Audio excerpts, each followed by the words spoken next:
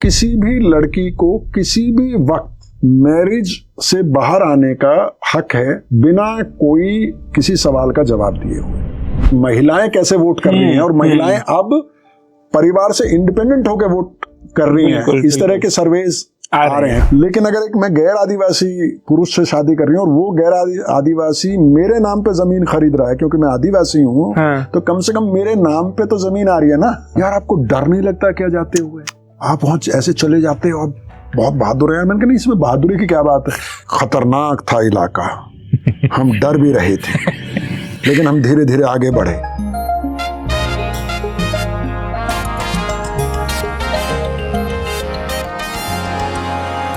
Hello, नमस्ते and welcome to the first episode of Niv talk show. मेरा नाम है विकास और इस शो में हम देश दुनिया के अलग अलग फील्ड में काम करने वाले लोगों, अलग अलग सामाजिक सांस्कृतिक परिवेश में काम करने वाले लोगों से बातचीत करते हैं, उनके बारे में, उनके जीवन के अलग अलग पहलुओं के बारे में जानने समझने की कोशिश करते हैं। और इसी सिलसिले में आज हमारे साथ हैं सामाजिक सरोकारों, जनजातीय सरोकारों के साथ काम करने वाली संस्था मैं भी भारत के संस्थापक Shyam Sundar ji. Welcome sir, welcome to the show. Vikas, बहुत बहुत शुक्रिया सर आपका यहाँ आने के लिए, क्योंकि शुक्रिया आपका कि आपने मुझे इस लायक समझा कि मुझसे बातचीत कर सकें। जी सर, ये एक्चुअली हमारी खुशनसीबी है कि हम पहला एपिसोड शूट कर रहे हैं और आपके साथ कर रहे हैं। जी जी जी। तो सर, चूंकि मैं भी भारत और आपका नाम एक दूसरे के पर्याय की तरह है, जहाँ भी आएंगे एक साथ आते हैं, तो इसी से शुरू करते हैं हम लोग अपनी बातचीत कि कहाँ से शुरू हुआ ये सफर मैं भी भारत का। मैं भी भारत का सफर बहुत ही मजेदार कहानी है। मैं राज्यसभा टीवी में था और मैं किसी भी पॉलिटिकल रिपोर्टर की तरह रिपोर्टिंग करता था। पार्लियामेंट में लोकसभा मेरी बीट थी और राजनीतिक दलों में भारतीय जनता पार्टी मेरी बीट थी। और उसके अलावा एक शो था तरकश, वो मैं करता था और बीच बीच में अलग अलग शोज मैं एंकर करता था। और इसी दौरान मेरे सीईओ ने मुझे बुला के एक दिन कहा कि साहब आपको एक शो करना है आदिवासियों पर। अच्छा। और मेरे लिए बहुत हैरानी की बात थी क्योंकि मेरी कोई आदिवासियों के बारे में खास जानकारी थी या कोई स्टडी थी, ऐसा तो था नहीं। मैं तो दिल्ली में पढ़ाई लिखाई हुई और कोई बहुत मेरी जानकारी थी नहीं। लेकिन उन्होंने कहा कि नहीं साहब, ये इस काम के लिए मैंने तुम्हें ही चुना है और तुम्हें ही ये काम करना है।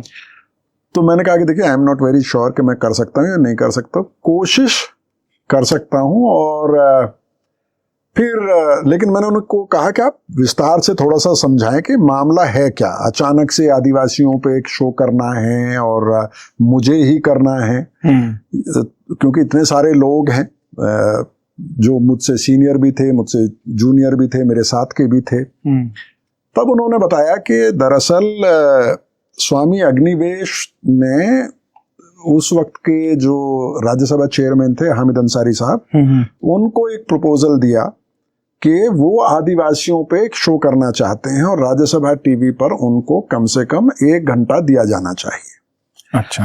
और वो क्योंकि उनकी पहुंच थी, वो अक्सर कार्यक्रमों में उनको बुलाया जाता था।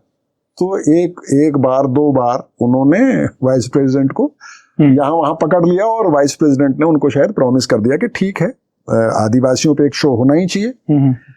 तो फिर ये हुआ कि साहब ये शो होगा कैसे, मतलब उसका फॉर्मेट क्या होगा। तो उस वक्त में हमारे सीईओ जो थे गुरदीप सिंह सप्पल, उन्होंने कहा कि देखिए साहब, कुछ ऐसा शो होना चाहिए जो ग्राउंडेड हो, ग्राउंड पे जाके किया जाए, जिसको लोग देखें। एक डिस्कशन करने से कोई बहुत ज्यादा फायदा नहीं होगा। और फिर मैंने कहा कि साहब इसमें तो रिसर्च की भी जरूरत होगी, तो मेरे साथ एक और हमारे साथी को लगाया गया। तो कुल मिला के ये 2016 की बात है। अच्छा। मेरे ख्याल से शुरुआत के 2016 की, तब ये सिलसिला शुरू हुआ। और मैं मध्य प्रदेश गया। मध्य प्रदेश में खरगोन जिला है, वहां पे मैं गया और वहां से हमने, उस वक्त में कपास खेतों से आ रहा था और भील आदिवासियों का वो इलाका है, भील, भिलाला, बारेला आदिवासी वहाँ रहते हैं। तो वहाँ हम लोग गए और 3 एपिसोड का मैंने पायलट एपिसोड शूट किए।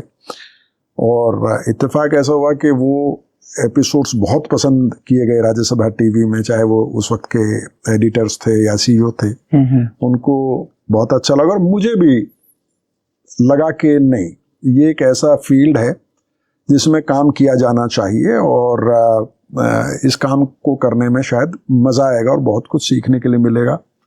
तो वहाँ से ये सिलसिला फिर शुरू हुआ और फिर वो चला तो फिर खैर चलता रहा और यहाँ तक पहुँचा।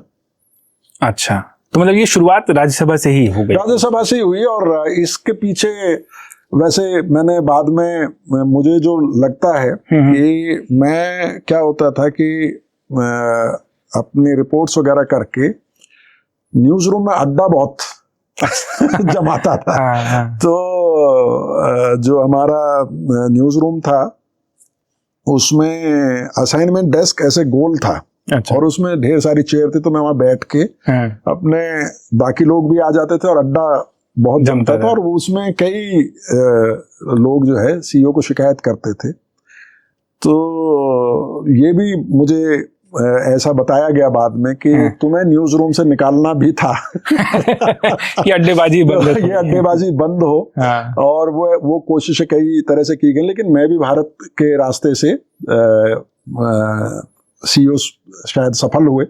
लेकिन सच बात यह है कि जिस भी वजह से शुरू हुआ, जैसे भी शुरू हुआ, लेकिन ये एक अच्छा प्रोग्राम, मुझे ऐसा लगा कि अच्छा प्रोग्राम है और मुझे इसमें मज़ा आने लगा। और फिर धीरे धीरे रिसर्च, पढ़ाई लिखाई, उसके बारे में लोगों से मिलना, तो लगा कि नहीं, मतलब देश की 10% ऐसी आबादी है जिसे आप आदिवासी कहते हैं या ट्राइबल्स कहते हैं या इंडिजीनियस लोग कहते हैं या जनजाति वो कहते हैं संवैधानिक भाषा में, उनके बारे में मेन स्ट्रीम मीडिया में रिपोर्टिंग बहुत कम है, उनके मुद्दों पर बहुत कम बात होती है, उनके बारे में बहुत कम लोग जानते हैं जो रिसर्च करते हैं, जो एकेडमिक्स में हैं, उस या फिर जो पॉलिसी पे काम करते हैं, वो जरूर उनके बारे में जो डेटा आता है सेंसस का या बाकी अलग अलग फैमिली हेल्थ सर्वे या उस तरह के जो डेटाज आते हैं, या प्रोफेसर खाका जैसे लोग जो कुछ रिपोर्ट्स वगैरह उनके बारे में लिखते रहते हैं, उनको जरूर उनके बारे में कुछ कुछ पता है। लेकिन मुझे ऐसा लगा कि एक ऐसा प्रोग्राम अगर हम लोग करेंगे तो वो अच्छा होगा। उससे बहुत सारी ऐसी धारणाएं जो आदिवासियों के बारे में बनी हुई हैं जो शायद सही नहीं है, वो टूट पाएंगी और मेन स्ट्रीम मीडिया में एक सही नजरिए से उन पर बात की जा सकेगी। तो इस तरह से बस ये चल पड़ा सिलसिला। अच्छा, तो इससे ये तो समझ में आ रहा है कि आप पत्रकारिता के क्षेत्र में तब थे जब ये कार्यक्रम शुरू हुआ। तो उसके पहले की क्या कहानी है, मतलब कहाँ से आपका ये वाला करियर वाला शुरू होता है, पत्रकारिता में एंट्री आपकी? ये तो बस ऐसे समझिए कि कहते हैं ना कि दुर्घटना कह लीजिए, अच्छी घटना कह लीजिए, कि मेरा कोई इरादा तो था नहीं मीडिया में आने का। अच्छा। ना मैंने मीडिया से रिलेटेड कोई पढ़ाई की थी, कोई ऐसा कोर्स नहीं किया था, बाद में जरूर किया।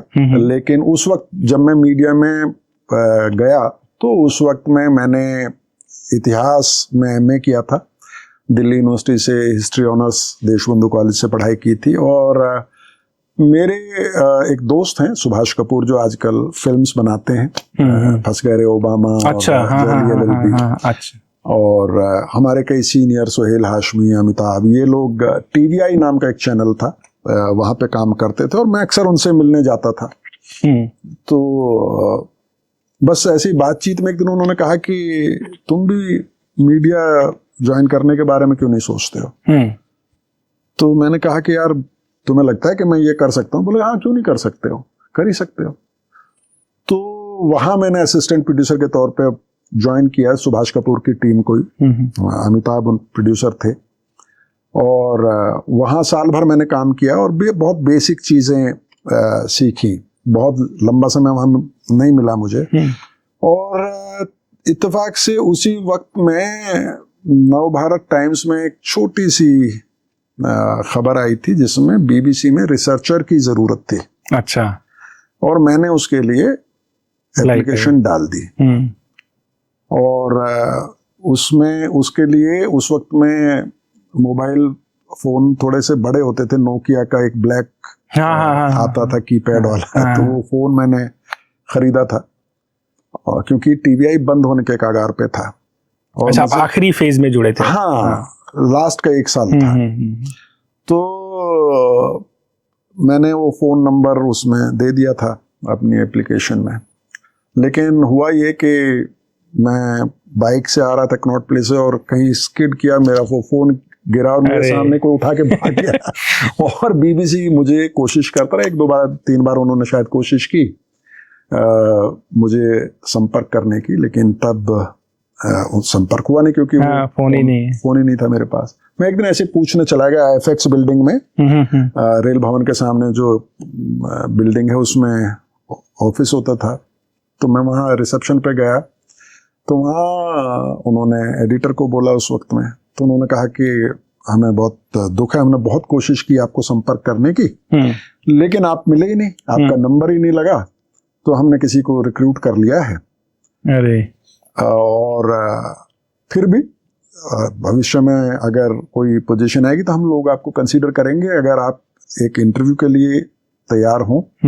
तो मैंने कहा मैं मिल सकता हूँ। तो उस वक्त में बीबीसी हिंदी की एडिटर थी सीमा चिश्ती, उर्दू में शकील अख्तर थे और टीम इरविन थे साउथ एशिया इंग्लिश के ब्यूरो चीफ। तो उन तीनों के साथ मेरी बातचीत हुई और उन्हें लगा कि ये नौकरी मुझे शायद मिलनी चाहिए थी, लेकिन नहीं मिल पा रही। तो हिंदी में उस वक्त में रेडियो प्रोडक्शन असिस्टेंट की जगह खाली थी, क्योंकि एक लड़की जो पहले वहाँ काम करती थी वो मैटरनिटी लीव पे जाने वाली थी, 6 महीने की वो अच्छा वैकेंसी थी। और मुझे लगा कि बीबीसी जैसी संस्था के साथ जुड़ने का मौका है, तो उन्होंने वो ऑफर किया और मैं फिर वहाँ पे ज्वाइन कर लिया। और फिर करीब 10-12 साल मैं वहाँ रहा, काफ़ी दिन फ्रीलांस के तौर पे भी काम किया वहाँ पे। फिर मुझे फाइनली प्रोड्यूसर के तौर पे वहाँ नौकरी मिली।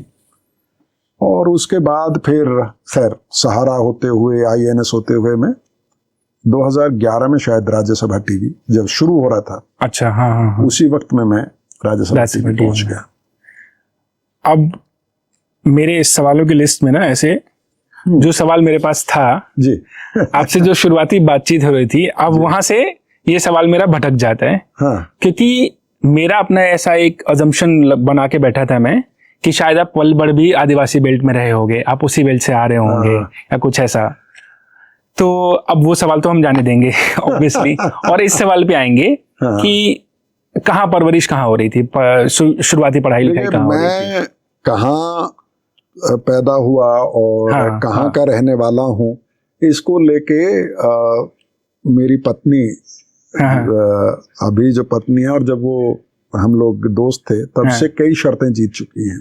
अच्छा। क्योंकि कुछ लोगों को लगता है मैं साउथ इंडियन हूँ, कुछ लोगों को लगता है मैं बिहार का हूँ, कुछ लोगों को लगता है कि मैं बंगाली हूँ क्योंकि मैं बांग्ला भी बोल लेता हूँ। अच्छा। क्योंकि मैं देशबंधु कॉलेज में पढ़ा, CR पार्क में रहा, तो बांग्ला भी बोल लेता हूँ। लेकिन मेरी पैदाइश हरियाणा के एक छोटे से गांव की है जो मेरे लहजे से या मेरे शक्ल सूरत से लोगों को समझ में नहीं आती है। हाँ। मेरा जन्म हरियाणा के एक छोटे से गांव में हुआ। शुरुआती पढ़ाई लिखाई वहीं राजकीय उच्च विद्यालय तिलपत से हुई। और उसके बाद खैर मैं दिल्ली आ गया, दिल्ली यूनिवर्सिटी में पढ़े और यहाँ फिर दोस्तियां हुई और मीडिया में आए और फिर आगे की कहानी चली। चलिए, एक चीज तो अच्छी हुई, कम से कम ये बात क्लियर हो गई। अब सबको अलग अलग अजम्पशन लगाने की जरूरत नहीं है। हाँ। क्योंकि मैं तो बड़े सारे सवाल बना के बैठा था कि अच्छा उस वक्त आदिवासी समाज में क्या चल रहा था, जब आप टीनेज में होंगे तो वहाँ क्या एस्पिरेशंस होंगी आगे निकलने को लेकर, और इस तरह के सवाल मेरे मन में आ रहे थे। नहीं, बिल्कुल स्वाभाविक से सवाल हैं। और ईमानदारी की बात ये, मैंने बताया आपको शुरू में कि जब मुझे ये प्रोग्राम करने के लिए कहा गया तो मैंने साफ साफ कहा कि साहब मेरी कोई जानकारी नहीं है आदिवासियों के बारे में, ना मेरी पढ़ाई लिखाई उस तरह की हुई है। लेकिन मैंने ये जरूर था कि मैंने ग्राउंड रिपोर्टिंग खूब की। बिल्कुल। बीबीसी में भी और राज्यसभा टीवी में भी। मैं मतलब डेस्क पे मैं कभी नहीं रहा, 20-25 साल जो भी हो गए अब। तो मुझे बीबीसी में भी, चाहे वो मतलब जैसे नेपाल में जब इमरजेंसी लगाई गई और उसके बाद चुनाव हुए, वो मुझे कवर करने का मौका मिला। जब सुनामी आई 42 दिन तक मैं उन इलाकों में था जहां तबाही मची थी, और रोज एक कहानी में बीबीसी रेडियो के लिए भेजता था। वो किसी बच्चे की कहानी, किसी रिलीफ कैंप की कहानी, किसी एक गांव की कहानी, किसी मछुआरे की कहानी, किसी नाव मरम्मत करने वाले की कहानी, किसी एक एनजीओ के किसी एक एक्टिविस्ट की कहानी, किसी एक नर्स की कहानी, डॉक्टर की कहानी। तो 42 कहानियां मैंने ग्राउंड से भेजी। और बीबीसी रेडियो में काम करते वक्त मुझे जो लगता है कि जो मैं कर पाता था, और जो मेरे एडिटर्स थे उनकी भी एक दो की जो राय थी, कि लोगों की आवाज जुटाने में मुझे एक तरह से महारत हासिल हो गई थी। कि मेरी कोई बहुत बुलंद आवाज नहीं थी, या मैं कोई बहुत अच्छी स्क्रिप्टिंग करता था, ऐसा नहीं, लेकिन लोगों की आवाज कलेक्ट करना, कि लोग जो कहानी कह रहे हैं खुद, क्योंकि सबसे जरूरी वो वहां मैंने सीखा रेडियो में। और बड़े बड़े हादसे कवर किए और बड़े बड़े उत्सव भी कवर किए। 2002 के गुजरात दंगे कवर किए, उसके बाद का चुनाव कवर किया, मुंबई के ट्रेन ब्लास्ट कवर किए। तो लोगों के बीच में जाके लोगों की कहानियां समझना, ये मुझे लगता है कि मेरी ट्रेनिंग हुई थी। और राज्यसभा टीवी में भी वो चलती रही। मतलब मैं भी भारत शुरू करने से पहले भी राज्यसभा टीवी का एक स्पेशल रिपोर्ट करके प्रोग्राम होता था, जो लॉन्ग फॉर्मेट रिपोर्ट्स होती थी। तो वो भी मैं लगातार शुरुआत से ही, जब राज्यसभा टीवी शुरू हुआ उस वक्त से ही लगातार मैं कर रहा था। अच्छा। तो ये तो जरूर था कि मतलब जाके कैसे लोगों से बात की जाती है और कैसे आवाजें जुटाई जाती हैं, इसका मुझे एहसास था। लेकिन सच्चाई ये कि आदिवासियों पे मैं कोई एक्सपर्ट ना तब था, अभी भी नहीं हूं मैं, ऐसा मानता हूं। तो लेकिन ये है कि उस वक्त गए तो फिर काफी समय वहां बिताया, और धीरे धीरे जो आप कह रहे हैं आदिवासी एस्पिरेशंस और जो बाकी मुद्दे हैं आदिवासियों के, आदिवासी संस्कृति, भाषा, बोली और बहुत सारे मसले हैं, उनको समझने की कोशिश की और अभी भी कर रहा हूं। तो बस ऐसे ही चीज है। आपके चैनल से मेरा पहला इंट्रोडक्शन जो होता है ना, वो हुआ, मेरे एक दोस्त थे, उन्होंने मुझे दिखाया, और वो ट्राइबल किचन से मेरा इंट्रोडक्शन शुरू हुआ उससे। और मुझे बड़ा इंटरेस्टिंग लगा कि यार कोई एक आदमी है जो ट्राइबल बेल्ट में जाता है, अलग अलग जनजातियों के खाने पीने के बारे में, उनके रहन सहन और वो सब, क्योंकि बहुत सारे रिचुअल्स भी पता चलते हैं ना। अभी एक रीसेंट एपिसोड में आपका देख रहा था कि जब लोग बना रहे हैं कोई भी डिश, तो वो अपने कुल देवी के लिए वो तैयार हो रहा है, पूरा वैसा प्रोसेस। तो वो मुझे बड़ा इंटरेस्टिंग लग रहा था। तो एक बार ट्राइबल किचन के बारे में थोड़ा सा विस्तार से अगर बताएंगे। ट्राइबल किचन की शुरुआत इसलिए की गई कि किसी भी संस्कृति में, जैसे भारत में आप जो रोज खाना खाते हैं दिल्ली शहर में भी, उस खाने के इतिहास के बारे में अगर आप जाएंगे कि ये कहाँ से आया, है ना, हमारे खाने में आलू कहाँ से आया, बैंगन कहाँ से आया, वगैरह वगैरह। तो खाना जो है वो किसी भी सभ्यता के लिए, किसी भी समाज के लिए, किसी भी संस्कृति का एक अहम हिस्सा है। बिल्कुल। तो वो ट्राइबल समाज का भी है। तो हमने ये सोच के कि ट्राइबल किचन के जरिए हम लोग आदिवासी, क्या है कि आदिवासियों के बारे में बहुत तरह की धारणाएं हैं, जैसे मैंने कहा, और उसमें से बहुत सारी गलत धारणाएं भी हैं, कुछ ठीक धारणाएं भी हैं, कुछ सही समझदारी भी है आदिवासी समुदायों को लेकर, उनके मुद्दों को लेकर, उनकी संस्कृति को लेकर, और कुछ गलत तरह की समझदारी भी बनी हुई है। तो हमने ये सोचा था कि आदिवासियों की पर जब हम लोग शुरू करेंगे एक मीडिया प्लेटफॉर्म, तो फिर उसको संपूर्ण तरीके से कवर करने की कोशिश करेंगे। अभी तक नहीं कर पाए, लेकिन कोशिश कर रहे हैं। उसी में ट्राइबल किचन भी एक था। तो ट्राइबल किचन की आपने बिल्कुल सही कहा कि ट्राइबल किचन में जब हम फूड कल्चर की बात करते हैं कि वो क्या क्या खाते हैं, कहाँ से वो खाना आता है, तो उसमें खाने के अलावा बहुत सारी चीजें होती हैं। ट्राइबल किचन, जैसे मुझे आपने सही कहा कि मतलब मैं भी भारत के बहुत सारे फैन हैं, उसमें से करीब करीब समझिए 60-70% बिल्कुल ट्राइबल किचन के थ्रू आ रहे हैं। ये एक मकसद भी था, to get audience on our channel. ये भी एक मकसद था उसका कि क्योंकि खान पान के बारे में बात करेंगे तो शायद ज्यादा देखेंगे लोग, और उस बहाने वो हमारे चैनल से जुड़ेंगे, और फिर जो बाकी सीरियस इश्यूज हैं, उस ग्राउंड रिपोर्ट्स हैं हमारी, उसको भी शायद वो देखेंगे। हमारा एक जो मकसद है कि ये जो नॉन ट्राइबल पॉपुलेशन है देश की, वो आदिवासियों को समझे, देखे, उसके बारे में सही राय बनाए। तो लेकिन इसके अलावा जब हम लोगों ने ट्राइबल किचन करना शुरू किया तो ट्राइबल किचन में ज्यादातर हमारी मुलाकातें आदिवासी महिलाओं से होती हैं।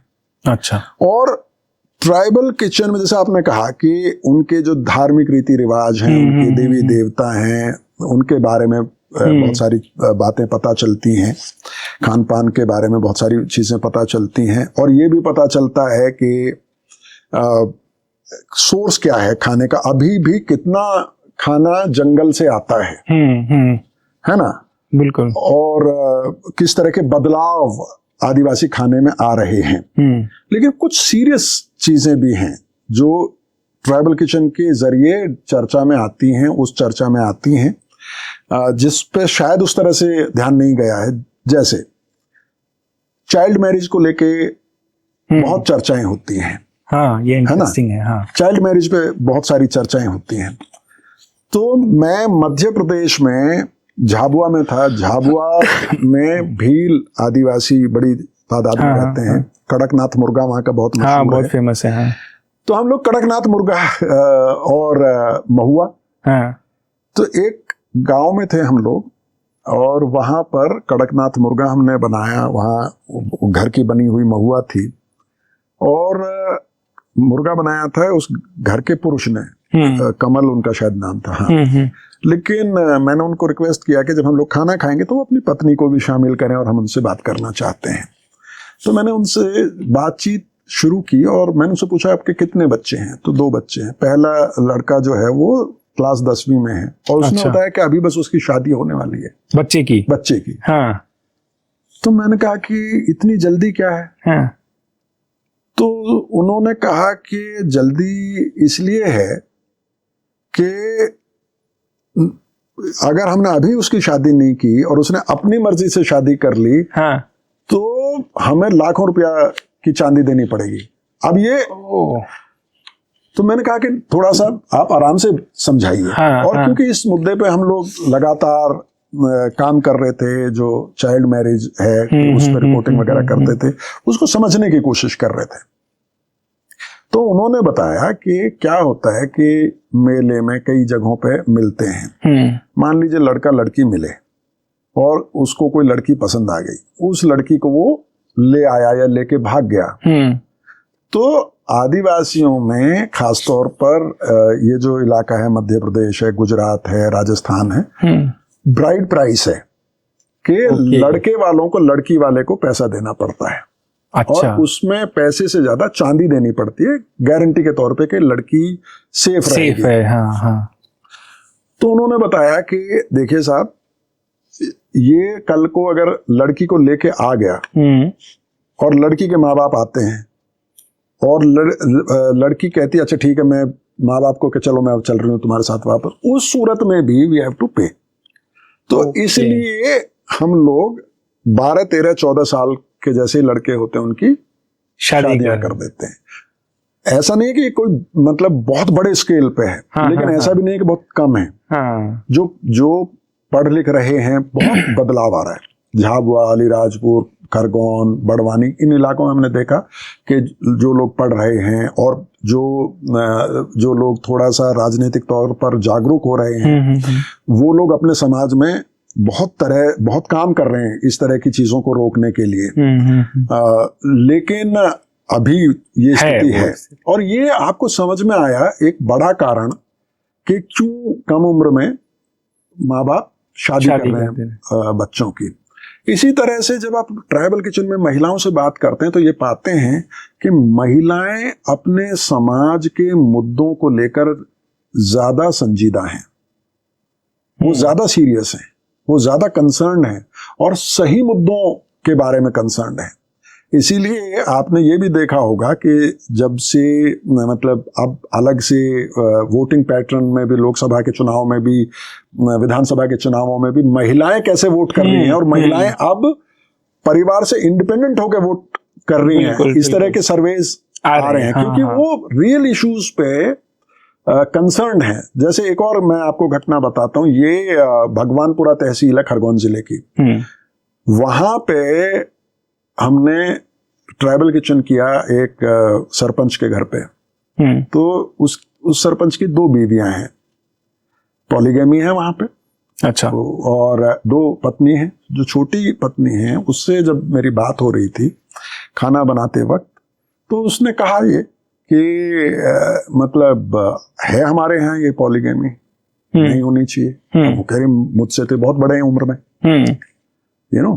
लेकिन उन्होंने ये कहा, और ये तो खैर मतलब एक चर्चा में ऐसे ही उन्होंने कहा, लेकिन वो उनके मन में बड़ी तड़प थी इस बात की कि वो पढ़ नहीं पाई। अच्छा। पढ़ नहीं पाई, उन्हें पढ़ने का मौका नहीं मिला और वो अपने बच्चों को पढ़ा रही हैं। और आदिवासी लड़के लड़कियों को पढ़ना चाहिए और कम उम्र में शादी नहीं करनी चाहिए। तो ट्राइबल किचन के थ्रू हमें, चाहे वो मध्य प्रदेश हो, झारखंड हो, नागालैंड हो, अरुणाचल प्रदेश हो। अरुणाचल प्रदेश का मुझे किस्सा याद आता है, निशी ट्राइब में पॉलीगैमी बहुत कॉमन है। अच्छा। वहाँ एक यंग लड़के और लड़की से हमारी मुलाकात हुई, निशी ट्राइब के जो एक कहिए कि बड़े नेता हैं वहाँ के। अच्छा। उनका बेटा, उनकी बहू, तो उनसे बात हो रही थी ऐसे ही। तो ओपो एक ड्रिंक होता है उनका, ओपो ड्रिंक मतलब जैसे महुआ होता है, उनका ओपो होता है। अच्छा। तो वो ओपो बना रही थी हमारे लिए और मैं उनसे बात कर रहा था। तो मैंने उनसे ऐसे ही पूछा कि मान लो तुम्हारा जो हस्बैंड है ये कल को दूसरी लड़की शादी करके ले आए, तो बोला नहीं, मैं तो नहीं रहूंगी उसके साथ, यू नो। और फिर बहुत उन्होंने डिटेल में बात की कि निशी ट्राइब में एजुकेशन बढ़ रहा है, अवेयरनेस बहुत सारी चीजों को लेकर बढ़ रहा है, अपने कल्चर को लेकर बहुत असर्टिव हैं, बहुत यूनाइटेड हैं, उनके जो पॉलिटिकल फ्रंट्स हैं। लेकिन इस मुद्दे पे जितनी संजीदगी से बात करना चाहिए समाज को, वो बात नहीं हो रही है। तो ट्राइबल किचन के मतलब खाना तो है ही, एक जरूरी हिस्सा है ही, लेकिन बहुत सारे ऐसे मुद्दे वो समाज से भी जुड़े हुए हैं, संस्कृति से भी जुड़े हुए हैं, धार्मिक आस्थाओं से भी जुड़े हुए हैं और विकास के मुद्दों से भी जुड़े हुए हैं। तो ट्राइबल किचन में ये सारी चीजें भी हमको जानने समझने का मौका मिला, और खास तौर पे औरतों का नजरिया जानने को मिलता है। हाँ। सिर्फ खाने मतलब ये एक जनरल परसेप्शन कह रहे यार वो तो घर संभालती है। हाँ। राजनीति और खेती किसानी और ये सब तो मर्दों का काम है। हाँ। लेकिन ऐसा नहीं है, ऐसा बिल्कुल भी नहीं है। मतलब जब आप आदिवासी गांवों में जाएंगे और वहाँ लोगों से मिलेंगे, जो पढ़ी लिखी लड़कियां हैं, नेतृत्वकारी महिलाएं हैं, वो तो हैं ही। मसलन झारखंड में अगर आप जाएंगे, हाँ, वहाँ तो अनुभव किया है आप एक से एक, मतलब नाम, कितने नाम मुझे अभी याद आ रहे हैं। आप किसी भी विषय पे उनसे बात कीजिए, आप उनसे किसी कॉन्स्टिट्यूशनल मुद्दे पे बात कर लीजिए, लिटरेचर पे बात कर लीजिए, विकास के किसी मुद्दे पे बात कर लीजिए, और किसी भी मुद्दे पे बात कर लीजिए। बहुत वोकल हैं, बहुत आर्टिकुलेट हैं, और एक पत्रकार के तौर पे आपको लगता है कि अरे यार कितनी संजीदगी से, बहुत सीखते हैं आप। हाँ। मतलब कॉन्स्टिट्यूशनल राइट्स को लेके, महिलाओं के अधिकारों को लेकर, कस्टमरी लॉज को लेकर, मतलब आप उनसे बात करते चलते चले जाइए। और कहानियां लिख रही हैं, कविताएं लिख रही हैं, बिल्कुल। तो वो हैं। लेकिन जो ऐसे इलाके हैं जिनके बारे में कम चर्चा होती है, वहां भी जब आप महिलाओं से बात करेंगे तो आप पाएंगे कि वो ज्यादा संजीदा हैं अपने मुद्दों को लेके, अपने परिवार को लेके, बच्चों को लेके, और घर की जिम्मेदारी भी उन्हीं पे ज्यादा है। काम भी उन्हीं के हिस्से में ज्यादा आता है, चाहे वो सिर्फ घर का नहीं, चाहे वो खेत का हो, चाहे वो जंगल का हो। तो ये मैंने ट्राइबल किचन इसमें ना मुझे एक चीज और मतलब आपसे एक वो कंफर्मेशन की तरह कहिए या जो भी, जैसे जब मैं रांची गया और मैं वापस जब दिल्ली आके अपने दोस्तों के साथ वहाँ के किस्से सुना रहा था और ऐसी चीजें, तो उसमें एक चीज मैंने देखी कि आमतौर पे जब हम दिल्ली में बैठ के फेमिनिज्म पे बहस जब हम करते हैं तो होता है कि आप रोड पे ही देख लो कि कितने पुरुष चल रहे हैं रोड पे और कितनी महिलाएं चल रही हैं रोड पे, ठीक है। अब मैं इनको कह रहा हूं कि इस तरह की कोई बहस वहां नहीं चल रही है रांची में बैठ के, बट जब आप ऑटो में बैठते हो ना तो 2 पुरुष हैं और 4 महिलाएं बैठी हैं। हाँ। सड़क पे आप चल रहे हो तो रेशियो एकदम फ्लिप है वहां पे। तो क्या ऐसा है क्या कि ये फेमिनिज्म वाली सजगता वहां पहले से ही है, बाय डिफॉल्ट है, ऐसा है क्या? मतलब आदिवासी बेल्ट में इस बात में तो देखिए कोई दो राय नहीं है कि जो सोशल मोबिलिटी का सवाल है या रिश्तों में महिलाओं की जो स्थिति है या परिवार में जो महिलाओं की स्थिति है, आधुनिक समाज जिसे हम कहते हैं, वो अभी जिन सवालों से संघर्ष कर रहा है वहां वो क्वेश्चन सेटल्ड हैं पहले से। Very interesting. उनकी सोशल मोबिलिटी हमारे शहरों, हमारे जो खेतीहर समाज है, किसान समाज है, जो गांवों में रहते हैं, उन सब की तुलना में सोशल मोबिलिटी बहुत ज्यादा है महिलाओं का। आप इसके छोटे छोटे एग्जाम्पल मैं आपको दे सकता हूं कि किसी भी हाट में चले जाइए, दक्षिण भारत से लेके नॉर्थ ईस्ट से लेके मध्य भारत से लेके महाराष्ट्र में, गुजरात में, कहीं भी चले जाइए आप, किसी भी आदिवासी इलाके में लगने वाले बाजार में आप चले जाइए, 80 से 90% दुकानें महिलाओं की हैं, महिलाएं चला रही हैं। बिल्कुल बिल्कुल। उसके अलावा आप चले जाइए, जितनी भी इन हाटों में महुआ की या हड़िया की जो दुकानें हैं वो महिलाएं चला रही हैं। वो बैठ के, पुरुष पीने वाले हैं और बेचने वाली महिलाएं हैं। कोई उनको जज नहीं करता है वहां पे। ऐसा नहीं है कि सोसाइटी में उनका अलग तरह से कुछ बात की जाए उनके ऊपर। हाँ। ना उनके साथ किसी तरह की बेअदबी आप देखेंगे। तो ऐसा नहीं है कि ऐसा नहीं है कि आदिवासी समाज में महिलाओं को लेकर कोई बहस नहीं है या कोई ऐसे मुद्दे नहीं हैं जिन पर बहस होनी चाहिए। बिल्कुल है और बहस भी हो रही है। नागालैंड में पहली बार महिला रिजर्वेशन हुआ है अर्बन लोकल बॉडीज में। सालों साल तक प्रपोजल सिर्फ आ गया तो बवाल हो गया था नागालैंड में, सरकार को वापस लेना पड़ा था। लेकिन महिलाएं उसके लिए लड़ी, दबाव बना और अर्बन लोकल बॉडीज में नागालैंड में महिलाओं के लिए पहली बार रिजर्वेशन हो रहा है। क्योंकि वहां क्या है कि ट्राइबल बॉडीज बहुत पावरफुल हैं, नागालैंड हो या नॉर्थ ईस्ट में ज्यादातर राज्यों में। बिल्कुल। और उन ट्राइबल बॉडीज पे कब्जा है पुरुषों का। अच्छा।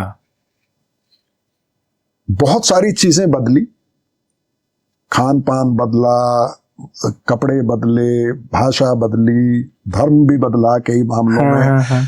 लेकिन ये नहीं बदला कि ट्राइबल काउंसिल में महिलाओं को भी प्रतिनिधित्व दिया जाना चाहिए। बहस है इस पे, हो रही है, समाज के भीतर हो रही है और अल्टीमेटली वहां ही ये सवाल सेटल होंगे, है ना। वैसे ही अगर आप झारखंड में महिलाएं बहुत वोकल हैं, जो एक्टिविस्ट हैं, वो कह रही हैं कि साहब पिता की संपत्ति में हमें हिस्सा दिया जाना चाहिए। क्यों नहीं दिया जाना चाहिए? अभी झारखंड में चुनाव चल रहा है, लव जिहाद और बहुत सारी बातें हो रही हैं, माटी बेटी रोटी की बात हो रही है, है ना।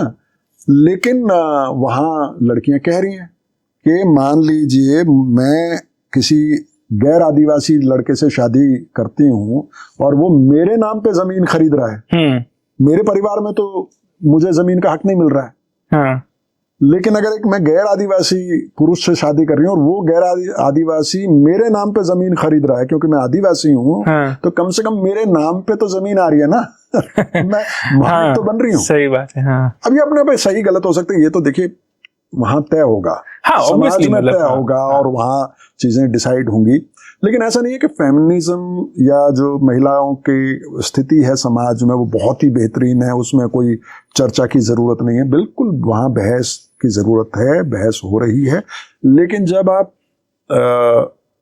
मुख्य धारा कहे जाने वाले समाज से तुलना करते हैं तो निश्चित तौर पर वहां सोशल मोबिलिटी, फैसले लेने का अधिकार,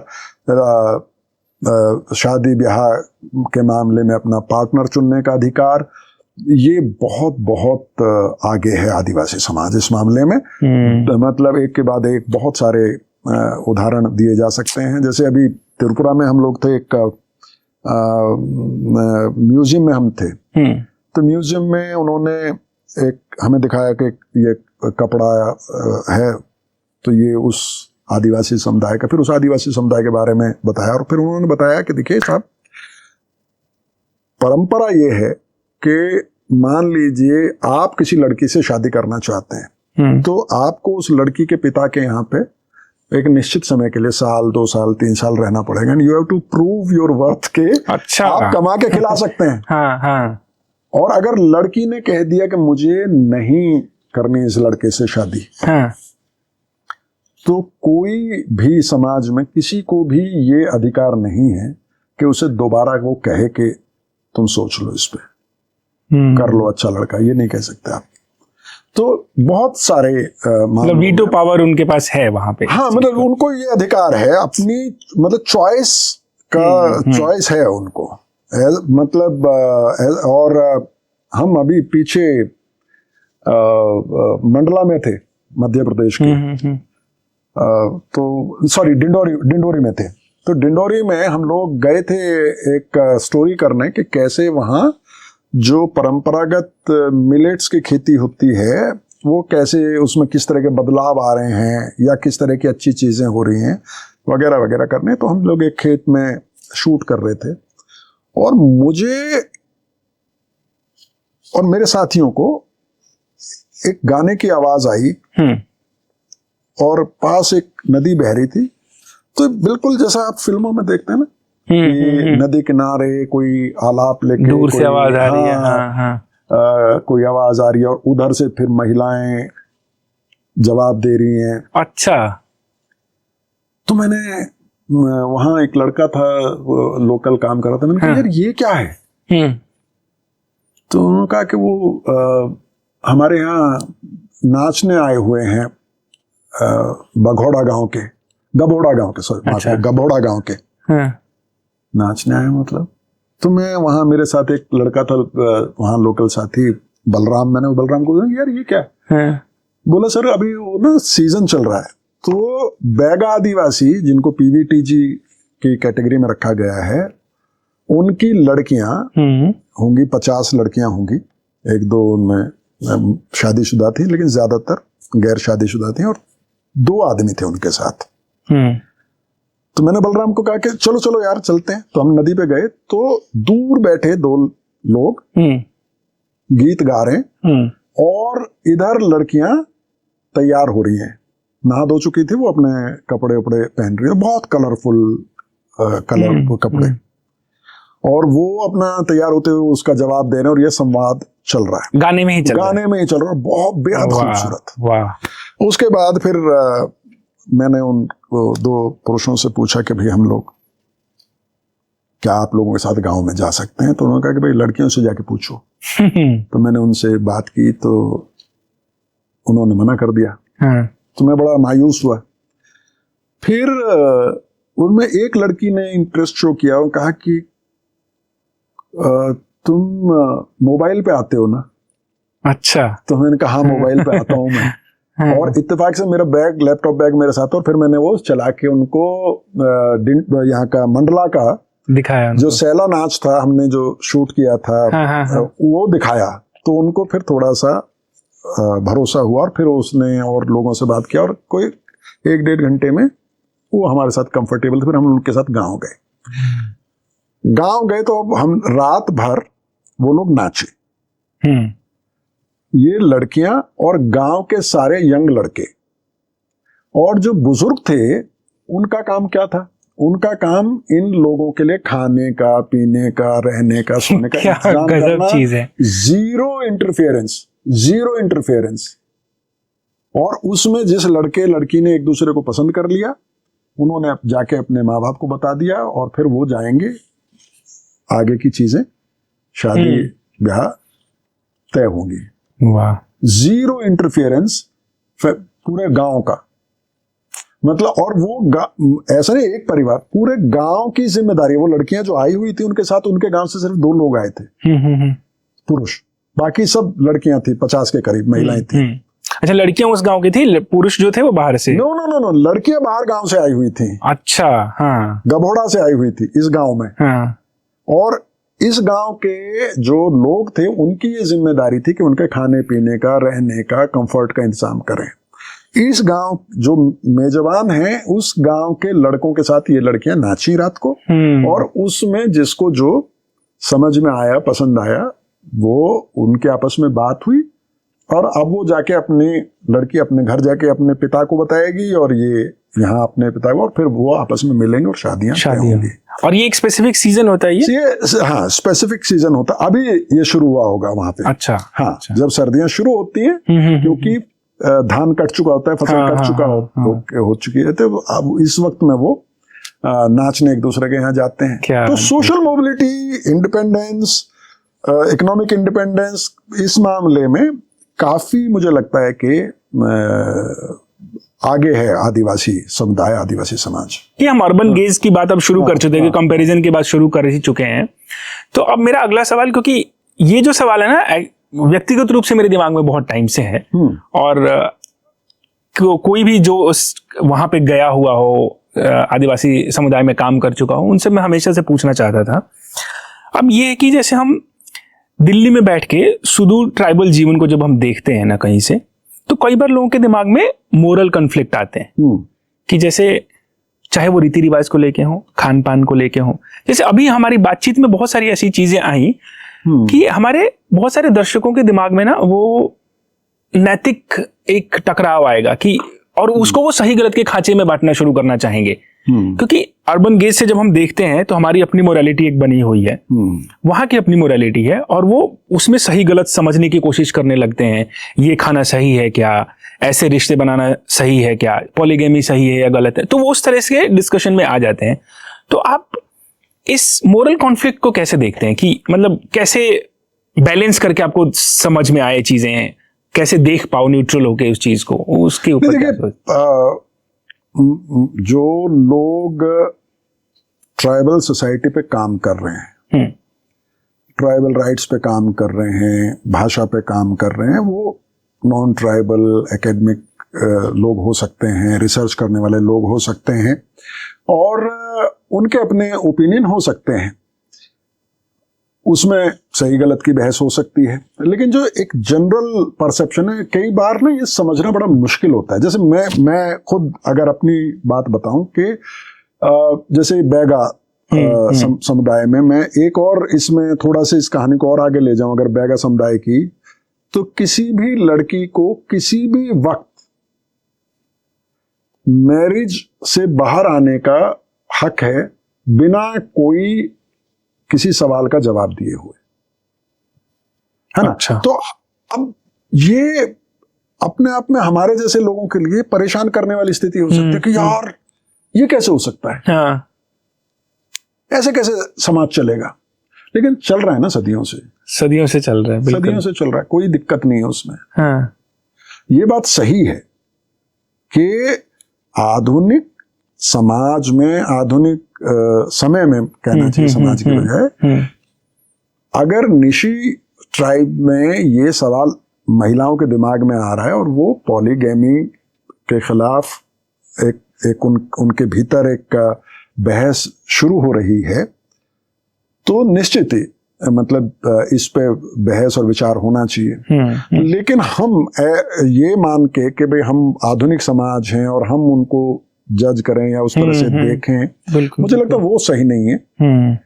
बहुत सारी ऐसी चीजें हैं शायद जो आदिवासी समुदाय में बदली जानी चाहिए, बदलेंगी, बदल रही हैं, लेकिन जो नैतिकता है ना, अब उसका तो कोई मापदंड कोई कैसे नापेंगे, स्टैंडर्ड तो नहीं है आपके। हाँ बिल्कुल। तो मुझे ऐसा लगता है कि जब आप दूर से देखते हैं, कई बार आपको लग सकता है कि यार ये क्या है, है ना, क्योंकि हम अपने हिसाब से देख रहे हैं, अपने नजरिए से देख रहे हैं। लेकिन अल्टीमेटली जब आप आधुनिकता की बात करते हैं तो आप फ्रीडम की भी बात करते हैं, है ना। आप आधुनिक समाज में तलाक का अधिकार देते हैं, है ना। तो तलाक मतलब कानूनी प्रक्रिया है, उसके अपने कुछ एडवांटेजेस हैं कि उसमें जो महिलाओं का अधिकार है, उनको जो संपत्ति से मेंटेनेंस है और बाकी चीजें, बच्चों का अधिकार, बाकी सारी चीजें, वो एक वैसी व्यवस्थाएं आदिवासी समुदाय के भीतर भी हैं। और आदिवासी समुदाय के भीतर जो व्यवस्थाएं हैं उसमें भी कुछ एक ऐसे मसले हैं जिन पे सवाल किया जा सकता है कि यार ये तो ठीक नहीं है। वैसे हमारे उसमें भी सोसाइटी में भी है, बिल्कुल, है ना। तो नजरिए का फर्क है। मैं ये बिल्कुल नहीं मानता। देखिए क्या है कि मैं आदिवासी समुदायों के से मिलते जुलते कुछ साल हो गए हैं, लेकिन मैं इस पक्ष में बिल्कुल नहीं हूं कि आप हर चीज का ही महिमा मंडन करें। जो अच्छी चीजें हैं वो मैं बता सकता हूं आपको कि अगर तुलना करें तो वहां का समाज कैसा है, ये हमारा समाज कैसा है, मेरे जो अनुभव हैं, मैं उसमें सही गलत नहीं कह सकता कि ये गलत है। वही मैं आपको ये कह सकता हूं कि उस समाज में इसको लेकर महिलाएं लड़ रही हैं। तो आप खुद डिसाइड करें कि वहां क्या वो लड़ रही है ना, वो लड़ रही हैं। बिल्कुल। तो मतलब आप मतलब बिना उतने ज्यादा चिंतित मत होइए। वही है ना, वहां है। लेकिन ये इस बात को आपको मानना पड़ेगा कि जैसे हम आज अगर अपने आप को आधुनिक समाज कहते हैं तो हम हमेशा ऐसे नहीं थे, है ना। हमने भी धीरे धीरे अपनी महिलाओं को अधिकार दिए, है ना। अपने सोसाइटी के जो और समूह हैं, ग्रुप्स हैं, कास्ट ग्रुप्स हैं, उनको धीरे धीरे अपने हक अधिकार दिए। बिल्कुल। आदिवासी समुदाय के भीतर भी उस तरह की बहस है, सवाल हैं, मुद्दे हैं और लड़ाइयां भी हैं। और वो इवोल्यूशन है, वो है। वो देखिए, बदलाव को कोई नहीं रोक सकता। बिल्कुल। बदलाव होगा ही, ये निश्चित है, हुआ भी है और चल भी रहा है, चाहे वो भाषा का सवाल हो, संस्कृति का। इसीलिए ये कहा जाता है कि संस्कृति को आप रिकॉर्ड कीजिए। बहुत सारी चीजें हमारे आपके समाज में, परिवारों में भी बहुत सारी चीजें हैं जो पहले होती थी शायद अब नहीं होती हैं। बिल्कुल। तो ऐसा ही आदिवासी समुदायों के साथ भी। लेकिन हमारे और आपके जो चीजें हैं वो शायद रिकॉर्डेड हैं, उनके बारे में लिखा गया, डॉक्यूमेंटेशन है उसका, डॉक्यूमेंटेशन है। मुझे लगता है आदिवासी समुदाय में वो होना चाहिए। तो नैतिकता के मामले में मुझे लगता है कि थोड़ा सा हमें अपना नजरिया नहीं थोपना चाहिए, उसको समझने की कोशिश करना चाहिए। और वो तभी समझ सकते हैं जब आप उनके बारे में पढ़ेंगे, उनके करीब जाके देखेंगे। आप म्यूजियम में जाइए, आप किताबें पढ़िए, आप ट्राइबल फेयर में जाइए, ठीक है, लेकिन उससे आगे भी जाइए। आदिवासी इलाकों में चाहिए, लोगों से मिलिए, थोड़ा से बात कीजिए, थोड़ा सा देखिए, उनके तीज त्योहार देखिए, उनके घरों को देखिए कैसे बनाते हैं, वो किस तरह से रहते हैं। तो मुझे लगता है कि तब थोड़ा सा आसान हो जाता है चीजों को समझना। जब आप मतलब जज मत बनिए। बिल्कुल। तो जैसे अभी हम बात ये कर ही रहे थे और आपने भी बोला कि आप ट्राइब फेयर में जाने से और उनके बारे में जानने समझने से थोड़ा आगे भी बढ़िए, उनकी जगहों पे जाइए, उनसे मिलिए और ये सब। और इसमें एक जो जागरूकता के अभाव के चक्कर में जो बात आती है ना, उसमें मुझे जैसे व्यक्तिगत रूप से मुझे ऐसा लगा कि असुर एक शब्द आता है ना। अब हम लोग बचपन से जिन परिवारों में पल बढ़ रहे थे, माइथोलॉजी जो पढ़ रहे थे, तो हम लोगों ने असुर शब्द हमेशा वहीं से सुना। और वैसे ही राक्षस, असुर मतलब सुर का ऑपोजिट ही तो असुर बना है ना। वर्जित है। तो थोड़ा ऐसे आप लुक डाउन ऐसे करते हैं उनको। तो लेकिन मैंने मुझे ईयर तो याद नहीं आ रहा, लेकिन मैंने रणेंद्र जी की किताब पढ़ी, ग्लोबल गांव के देवता जी। और भी कुछ उस वक्त कुछ साहित्य पढ़ रहा था मैं, आदिवासी साहित्य। उसमें मुझे पहली बार मेंशन मिला कि असुर तो भाई एग्जिस्ट करते हैं, वो तो एक ट्राइब है जीती जागती। अब उसको माइथोलॉजी में और जिस तरीके से वो दिखा रहे थे वो तो नहीं है रियलिटी ना, सामने दिख रहे हैं वो जी। तो यहाँ पे इस तरह की चीजों की मतलब जागरूकता का जो अभाव है, और जो थोड़ा बहुत पढ़ लिख भी रहे हैं उनमें भी ये बात है अभी भी मैं अपने आसपास बहुत कम लोगों को मिलता हूँ जिनको पता है कि असुर जैसी कोई ट्राइब है अभी भी जी। तो इस तरह का जो जागरूकता का अभाव होने की वजह से जो गैप आ रहा है, उसके लिए मतलब किस तरह की कोशिशें होनी चाहिए? मतलब मुझे नहीं पता कि एग्जैक्टली इसका सोल्यूशन भी होता होगा या नहीं। उसका सही कह रहे हैं आप, पता नहीं क्या ही सॉल्यूशन होता होगा। हाँ। लेकिन एक दो चीजें ऐसी हैं जो जिसको समझने की जरूरत है। एक तो ये है कि आदिवासी एक ऐसा विषय नहीं है जो सिर्फ यूपीएससी के लिए पढ़ा जाना चाहिए, है ना। जो क्योंकि मैं भी भारत के ज्यादातर जो फैन मिलते हैं उनमें से बड़ी संख्या उनकी है जो यूपीएससी की तैयारी कर रहे हैं। हाँ। तो क्योंकि यूपीएससी में आदिवासियों पर सवाल पूछा जाता है, तो एक तो ये मुझे लगता है कि समझने की जरूरत है कि आदिवासियों के बारे में सिर्फ उनको नहीं पढ़ना या उनको नहीं पता होना चाहिए। वैसे ही जो फिल्म्स बनती हैं, जो कहानियां लिखी जाती हैं, जो किताबें छपती हैं सोशल मीडिया पे, हर जगह जब आप आदिवासियों को भी उसमें शामिल करेंगे। आप एक मुंबई का फिल्म राइटर अगर बिहार, उत्तर प्रदेश, मध्य प्रदेश, छत्तीसगढ़ के किसी गांव की कल्पना कर सकता है, कैरेक्टर गढ़ सकता है, तो एक कहानी अच्छी वो आदिवासी किसी मसले को लेकर कोई प्रेम कथा ही लिखी सकता है। कितनी प्रेम कथाएं आपको मिलेंगी। बिल्कुल। बस्तर में कई कहानियां हमें जानने के लिए मिली। जो डोकरा आर्ट है उसकी जो सबसे फेमस मूर्ति है वो एक बहुत कमाल की प्रेम कथा उसके पीछे है। ऐसे ही बहुत सारी कहानियां आपको मिल जाएंगी, लेकिन क्योंकि नहीं हुआ है उस तरह से काम, और अगर टच भी किया है तो इन्होंने शायद ज्यादातर कॉन्फ्लिक्ट्स को टच किया। हाँ, कॉन्फ्लिक्ट्स को या तो टच करते हैं या फिर श्याम बेनेगल ने कभी कोई फिल्म बनाई या प्रकाश झा ने कोई फिल्म बनाई, तो ये माना गया कि ये आर्ट मूवीज का विषय है ना। तो थिएटर में क्या कितने नाटक लिखे गए। तो मुझे ऐसा लगता है कि देखिए, धारणाएं जो गलत फहमियां हैं या जो जानकारी का अभाव है, इसको कई फ्रंट पे आपको देखेगा। जब कमियां जो हैं वो कई फ्रंट पे दिखेंगी आपको। मुझे ऐसा लगता है, मैं कोई बहुत एक्सपर्ट तो नहीं इस मामले में, तो मुझे ऐसा लगता है कि अब जैसे असुर एक ट्राइब है और वो खुद अभी असुर हम लोग गए थे लोअर दगा, नेत्रहाट, इस पूरे इलाके में, और वहाँ असुर ट्राइब के लोगों से मिले हम लोग। बहुत खूबसूरत लोग हैं, बहुत ही कमाल के लोग हैं, बहुत कमाल का खाना उनका है और बहुत सुंदर इलाका है जहाँ वो लोग रहते हैं। वहाँ हम लोग मिले, और तो जब हमने पहला एपिसोड अपलोड किया और उस पे टाइटल दिया असुर जनजाति का फला, तो नीचे पहला कमेंट आया, आप कृपया उन्हें असुर ना कहें। वाह। तो अपने आप में वो बहुत महान बात कह रहे हैं। उनको लग रहा है कि मैं जज कर रहा हूँ आदिवासियों को, असुर कह रहा हूँ। तो मैंने जवाब दिया कि भाई मैं नहीं, वो खुद को असुर कहते तो मैं क्या करूं। आपने असुर को अलग तरह से यूज किया है ना। वो मैंने उनको फिर लिखा, थोड़ा सा 4-5 लाइन में समझाने की कोशिश की कि भैया, जैसे उरांव हैं, जैसे पहाड़ियां हैं, जैसे भील हैं, जैसे और मुंडा हैं, ऐसे ही असुर एक जनजाति है, और वो मतलब शेड्यूल ट्राइब की जो लिस्ट है उसमें शामिल हैं, पीवीटी जी हैं, और उनका नाम असुर ही है, और वो मतलब गर्व के साथ कहते हैं कि हम असुर जनजाति के लोग हैं।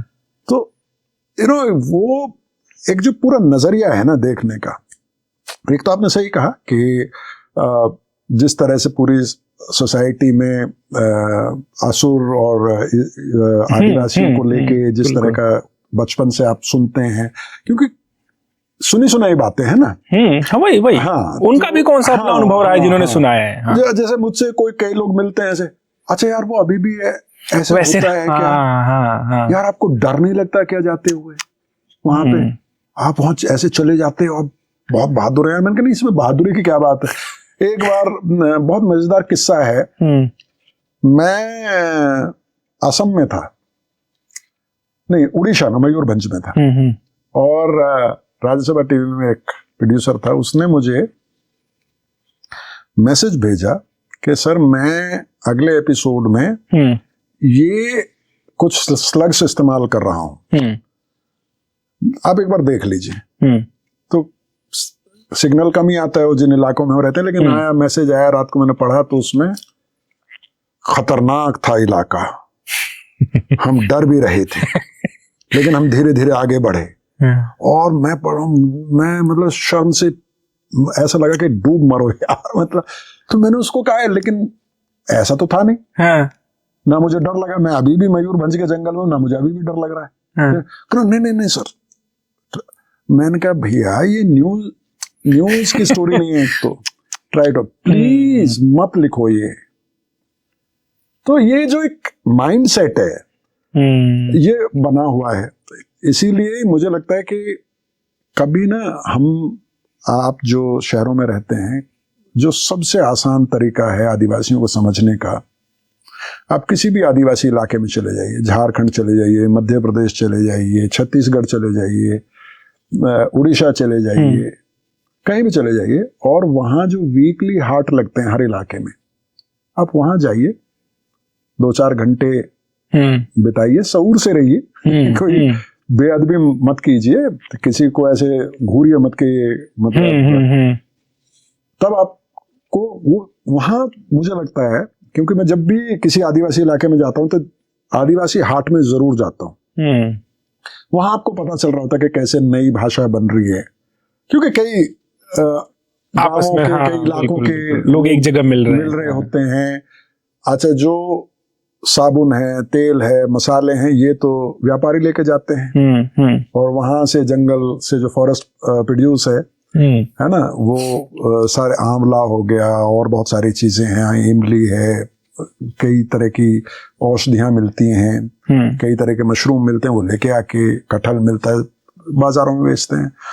तो दोनों के मिलने से एक व्यापार की भाषा वहां पे अलग तरह की बन रही, तैयार हो रही होती है।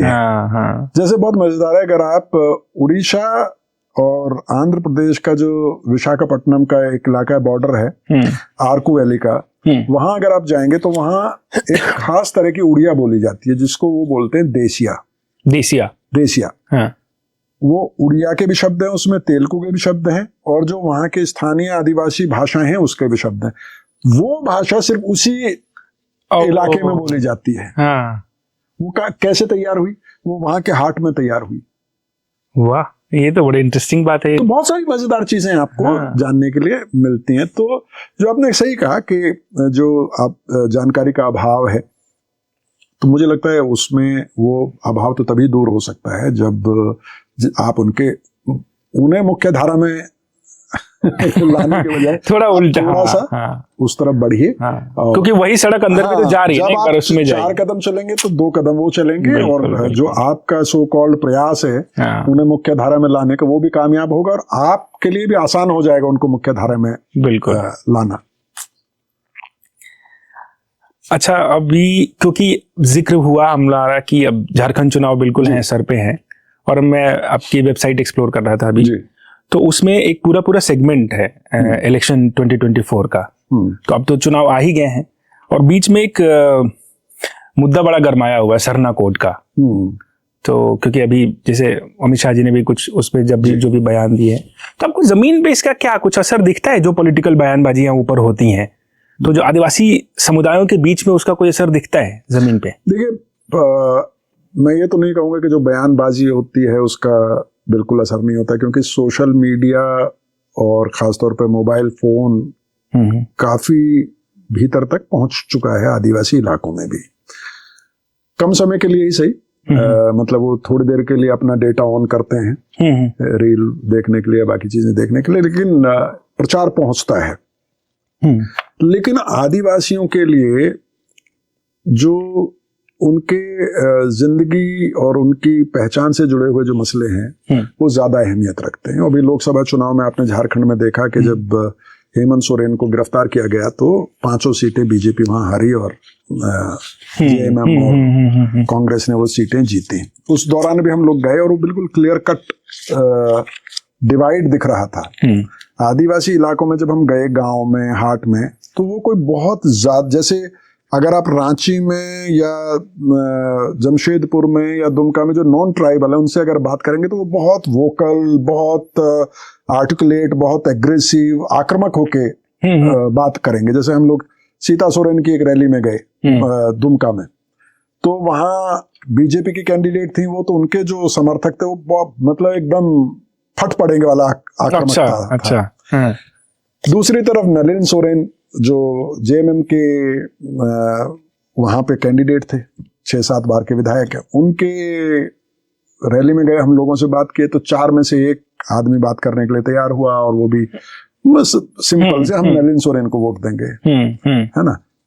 कहीं कहीं पे किसी जगह पे काफी वोकल लोग भी मिलते हैं आपको ट्राइबल्स में, लेकिन वो बहुत ज्यादा डिटेल में नहीं जाते हैं, बहुत ज्यादा ये नहीं करते हैं, लेकिन वो एक क्लैरिटी उनमें आपको मिलता है। अब जैसे सरना धर्म का आपने कहा, सरना धर्म के बारे में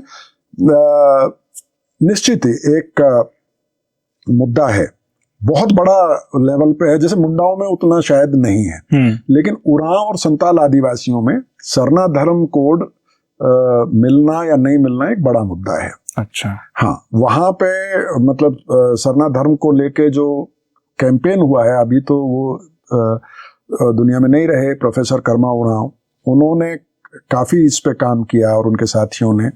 तो न सिर्फ झारखंड बल्कि उड़ीसा और पश्चिम बंगाल के एक हिस्से में सरना धर्म एक ऐसा मुद्दा है जो जिसकी गूंज राजनीतिक उसमें मायने रखती है।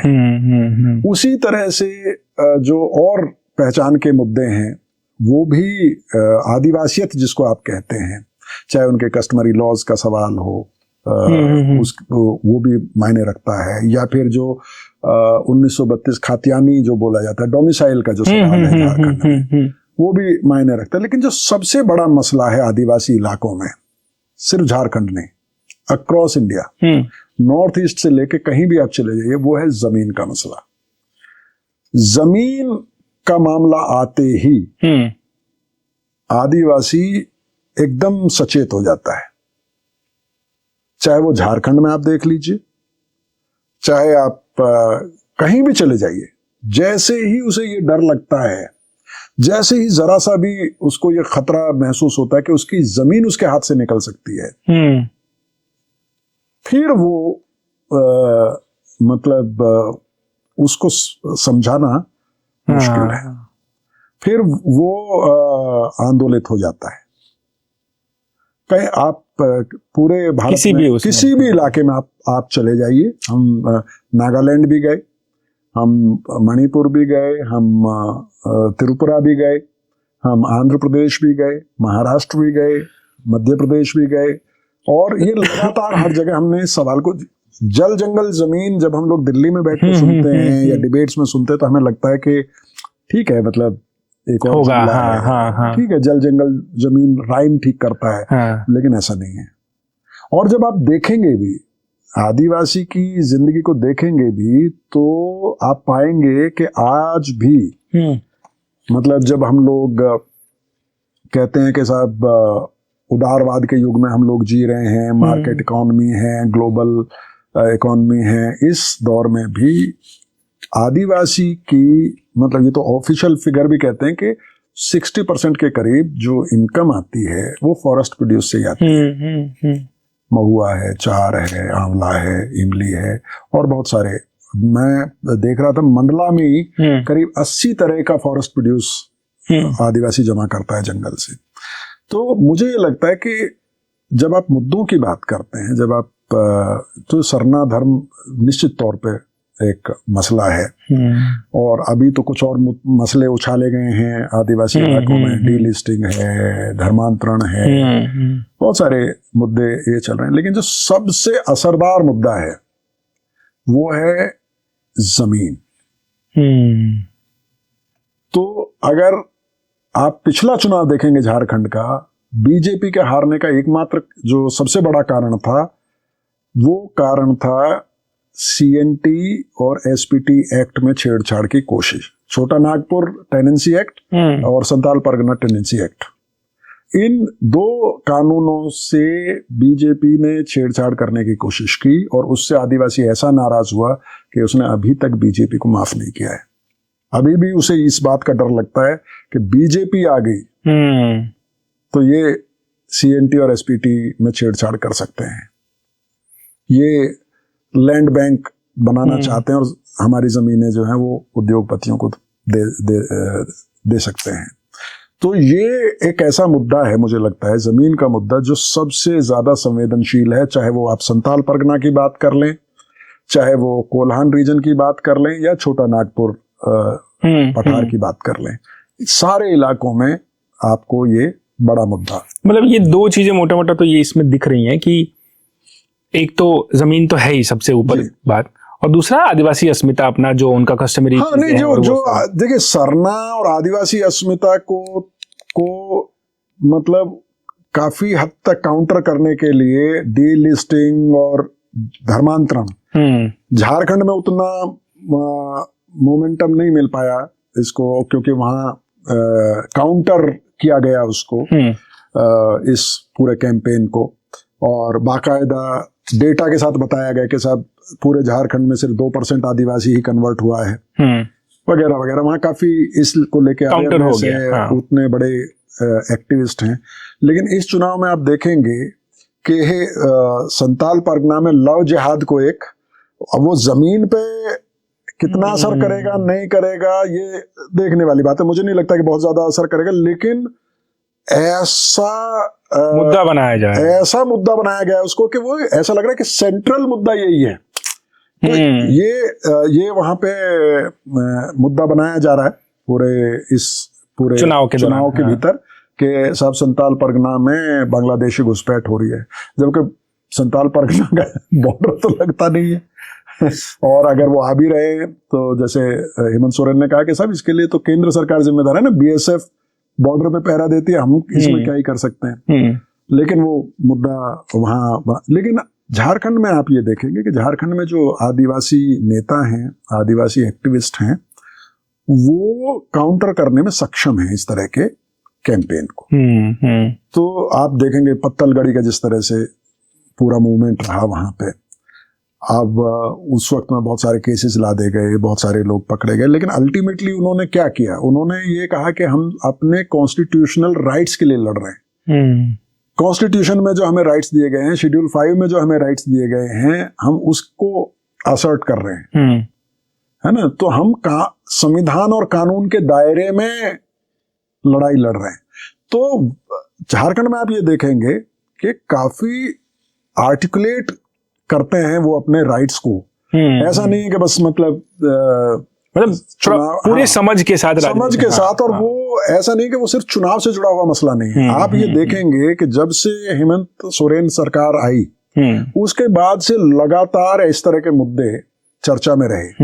1932 खातियानी का मुद्दा लगातार चर्चा में रहा, सरना धर्म का मुद्दा लगातार चर्चा में रहा, अब जाके आपको लव जिहाद और इस तरह की चीजें, लैंड बैंक का मुद्दा बहुत चर्चा में रहा, दयामणि बारला और बहुत सारे बाकी लोग जो हैं एक्टिविस्ट, वो चर्चा करते रहे। तो मुझे लगता है कि लैंड का जो मुद्दा है और आदिवासियत का जो मुद्दा है, सरना धर्म का जो मुद्दा है, ये मुझे लगता है कि कुछ एक ऐसे मुद्दे हैं जो आदिवासियों के लिए शायद मायने रखते हैं।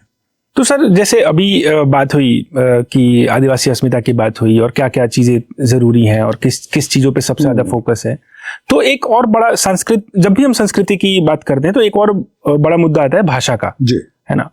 तो अब इसमें अब देखने वाली बात होती है कि अब इतने सारे आदिवासी समुदाय हैं, अलग अलग भाषाएं हैं, हर आए दिन बात होती है कि ये भाषा मर रही है, इसको बचाने की जरूरत है या ऐसे है। अब जैसे एक सादरी भाषा हो गई, अब वो एक कॉमन इस तरह से, तो उस चक्कर में जैसे ये तोहमत खैर हिंदी के साथ भी होता है कि आसपास की छोटी भाषाएं मर गई उसकी वजह से, फिर इंग्लिश के साथ भी वो किया जाता है। अगर हम उस पर ही केंद्रित रहें, इसको अगर छोड़ भी दें, तो इसको लेके आप कैसे देखते हैं? उनकी जो मल्टीपल भाषाएं हैं अलग अलग उनके जनजातियों की, और फिर उनका हटना, लाइक धीरे धीरे करके भाषाएं मर रही हैं एक एक करके, तो इसको लेके आप कैसे देखते हैं भाषा? देखिए, दो तरह की चीजें हैं। एक तरफ आप देखेंगे कि कुछ आदिवासी समुदाय हैं जो बहुत सचेत हैं, बहुत जागरूक हैं, अपनी भाषा को लेके वो असर्ट कर रहे हैं। झारखंड का ही अगर जिक्र करें तो हो भाषा को लेके लंबा आंदोलन चल रहा है कि उसको अनुसूची 8 में शामिल किया जाना चाहिए संविधान की। और हो भाषा में फिल्में भी बनाई जा रही हैं, हो भाषा में बात करते हैं, मतलब इंसिस्ट करते हैं कि अगर आपको हो आती है और मुझे हो आती है तो हो में हम बात करें। तो काफी असर्टिव हैं उसको लेके। त्रिपुरा में कोक बोरोक को लेके बड़ा आंदोलन चल रहा है कि उसकी रोमन स्क्रिप्ट होनी चाहिए, उसको लेके बड़ा आंदोलन वहाँ की जनजातियां कर रही हैं। उसी तरह से आप आंध्र प्रदेश में, उड़ीसा में, कई और इलाकों में देखेंगे कि जो बड़े छोटे, इसमें ऐसा नहीं कि बड़े आदिवासी समुदाय ही सब, छोटे आदिवासी समुदाय भी अपनी भाषा को लेके सचेत नजर आते हैं। दूसरी तरफ कुछ ऐसे समुदाय हैं जिनकी भाषाएं लगभग या तो खत्म हो चुकी हैं या खत्म होने के कगार पे हैं। अब जैसे इसका बहुत बार आपने पढ़ा होगा, जिक्र आया होगा कि ग्रेट अंडमानीज जो हैं, अंडमान निकोबार की, उनकी भाषा को बोलने वाली जो आखिरी महिला थी वो भी उनकी डेथ हो गई। अब उस भाषा को बोलने वाला कोई नहीं बचा है। अब ये अपने में बड़ा सवाल है कि उस भाषा को बचाने के लिए बहुत लंबे समय से काम चल रहा है और उस भाषा की एक डिक्शनरी भी तैयार की गई थी। जेएनयू की बड़ी जानी मानी भाषाविद है अन्विता अब्बी, प्रोफेसर अन्विता अब्बी, उन्होंने एक प्रोजेक्ट वहां पे किया था। लेकिन वो भाषा इसके बावजूद कैसे खत्म हो गई, उस भाषा में क्या कुछ लिखा गया, कुछ जानकारियां हैं, ये अपना अपना एक बड़ा सवाल है। अब उसी तरह से वहाँ जारवा है, वहाँ पे और ये सेंटिनली हैं, शोम्पेन हैं, ओंगी हैं। अब धीरे धीरे जारवा भी और ओंगी भी हिंदी बोलने लगे हैं। अच्छा। और भोजपुरी बोलने लगे हैं, क्योंकि जिन लोगों के साथ उनका संपर्क होता है वो या तो हिंदी बोलते हैं या भोजपुरी डायलेक्ट में बात कैसे भोजपुरी से कैसे संपर्क? अब ये अपना में बड़ी मजेदार बात है कि आप उनको आइसोलेट रखना चाहते हैं, लेकिन अफसोस की बात यह है कि उनके संपर्क में जो लोग आते हैं वो या तो यहाँ जो भाषा के मामले में यहाँ पे हैं, यानी कि जो रिसर्च स्कॉलर्स हैं, एकेडमिक्स के लोग, वो लोग मिलते हैं, या फिर वो लोग मिलते हैं जो सड़क बनाने जाते हैं, इंटरेस्टिंग नाव की मरम्मत करने जाते हैं, वो गाली गलौच भी करते हैं। उनके चक्कर में उनके महिलाओं के प्रति नजरिया भी बदल रहा है। बहुत सारी चीजें, बहुत मतलब वही तो कह रहा हूँ कि जब मैं भी भारत शुरू किया था तो मुझे लगा था कि यार क्या ही करना है, लेकिन उसके बाद फिर इतनी सारी चीजें एक के बाद एक खुलती गई और मुझे लगा कि यार कितना कुछ है जानने के लिए, कितना कुछ है, ये सब दुनिया को बताना है ना। तो भाषाओं के मामले में देखिए, ये बात तो सही है कि बहुत सारी भाषाएं खत्म हुई हैं, लेकिन बहुत सारी भाषाएं बची भी हैं और आगे भी बढ़ी हैं। जो बलशाली समुदाय हैं उनकी भाषाएं बचती हैं और वो खा जाती हैं छोटी मोटी भाषाओं को। आदिवासी भाषाओं को लेके कोई बहुत संजीदा काम, जो खास तौर पे जो छोटे समुदाय हैं, जैसे असुर ट्राइब की आपने बात की, या पहाड़िया ट्राइब है, या बैगा ट्राइब है, या और ऐसे ट्राइब हैं, हिलखड़िया है, मांगकड़िया है, ऐसे बहुत सारे, मतलब 75 पीवीटीजीज हैं जिनको औपचारिक तौर पे आपने उन आदिवासी समुदायों की सूची में रखा है जिनकी जनसंख्या या तो कम हो रही है या उसमें स्टैग्नेशन आ रहा है, या उनकी भाषा और संस्कृति धीरे धीरे लुप्त हो रही है। लेकिन उनकी भाषा को बचाने के लिए बहुत काम नहीं हो रहा है, और जो हो भी रहा है वो औपचारिकता उसमें ज्यादा है, गंभीरता उसमें कम है। इसीलिए हम ये देख रहे हैं कि देखते देखते भाषाएं खत्म हो रही हैं। जहां पता है आपको पूरी रिपोर्ट, आखिरी महिला बोलने वाली अगर वो गई, आपको पता था ना, आपको पता था कि आपने उसके कुछ इंटरव्यूज रिकॉर्ड करके कुछ उसको पब्लिश करते, कहीं लाइब्रेरी में रखते, कहीं किसी पता तो रहे, है ना।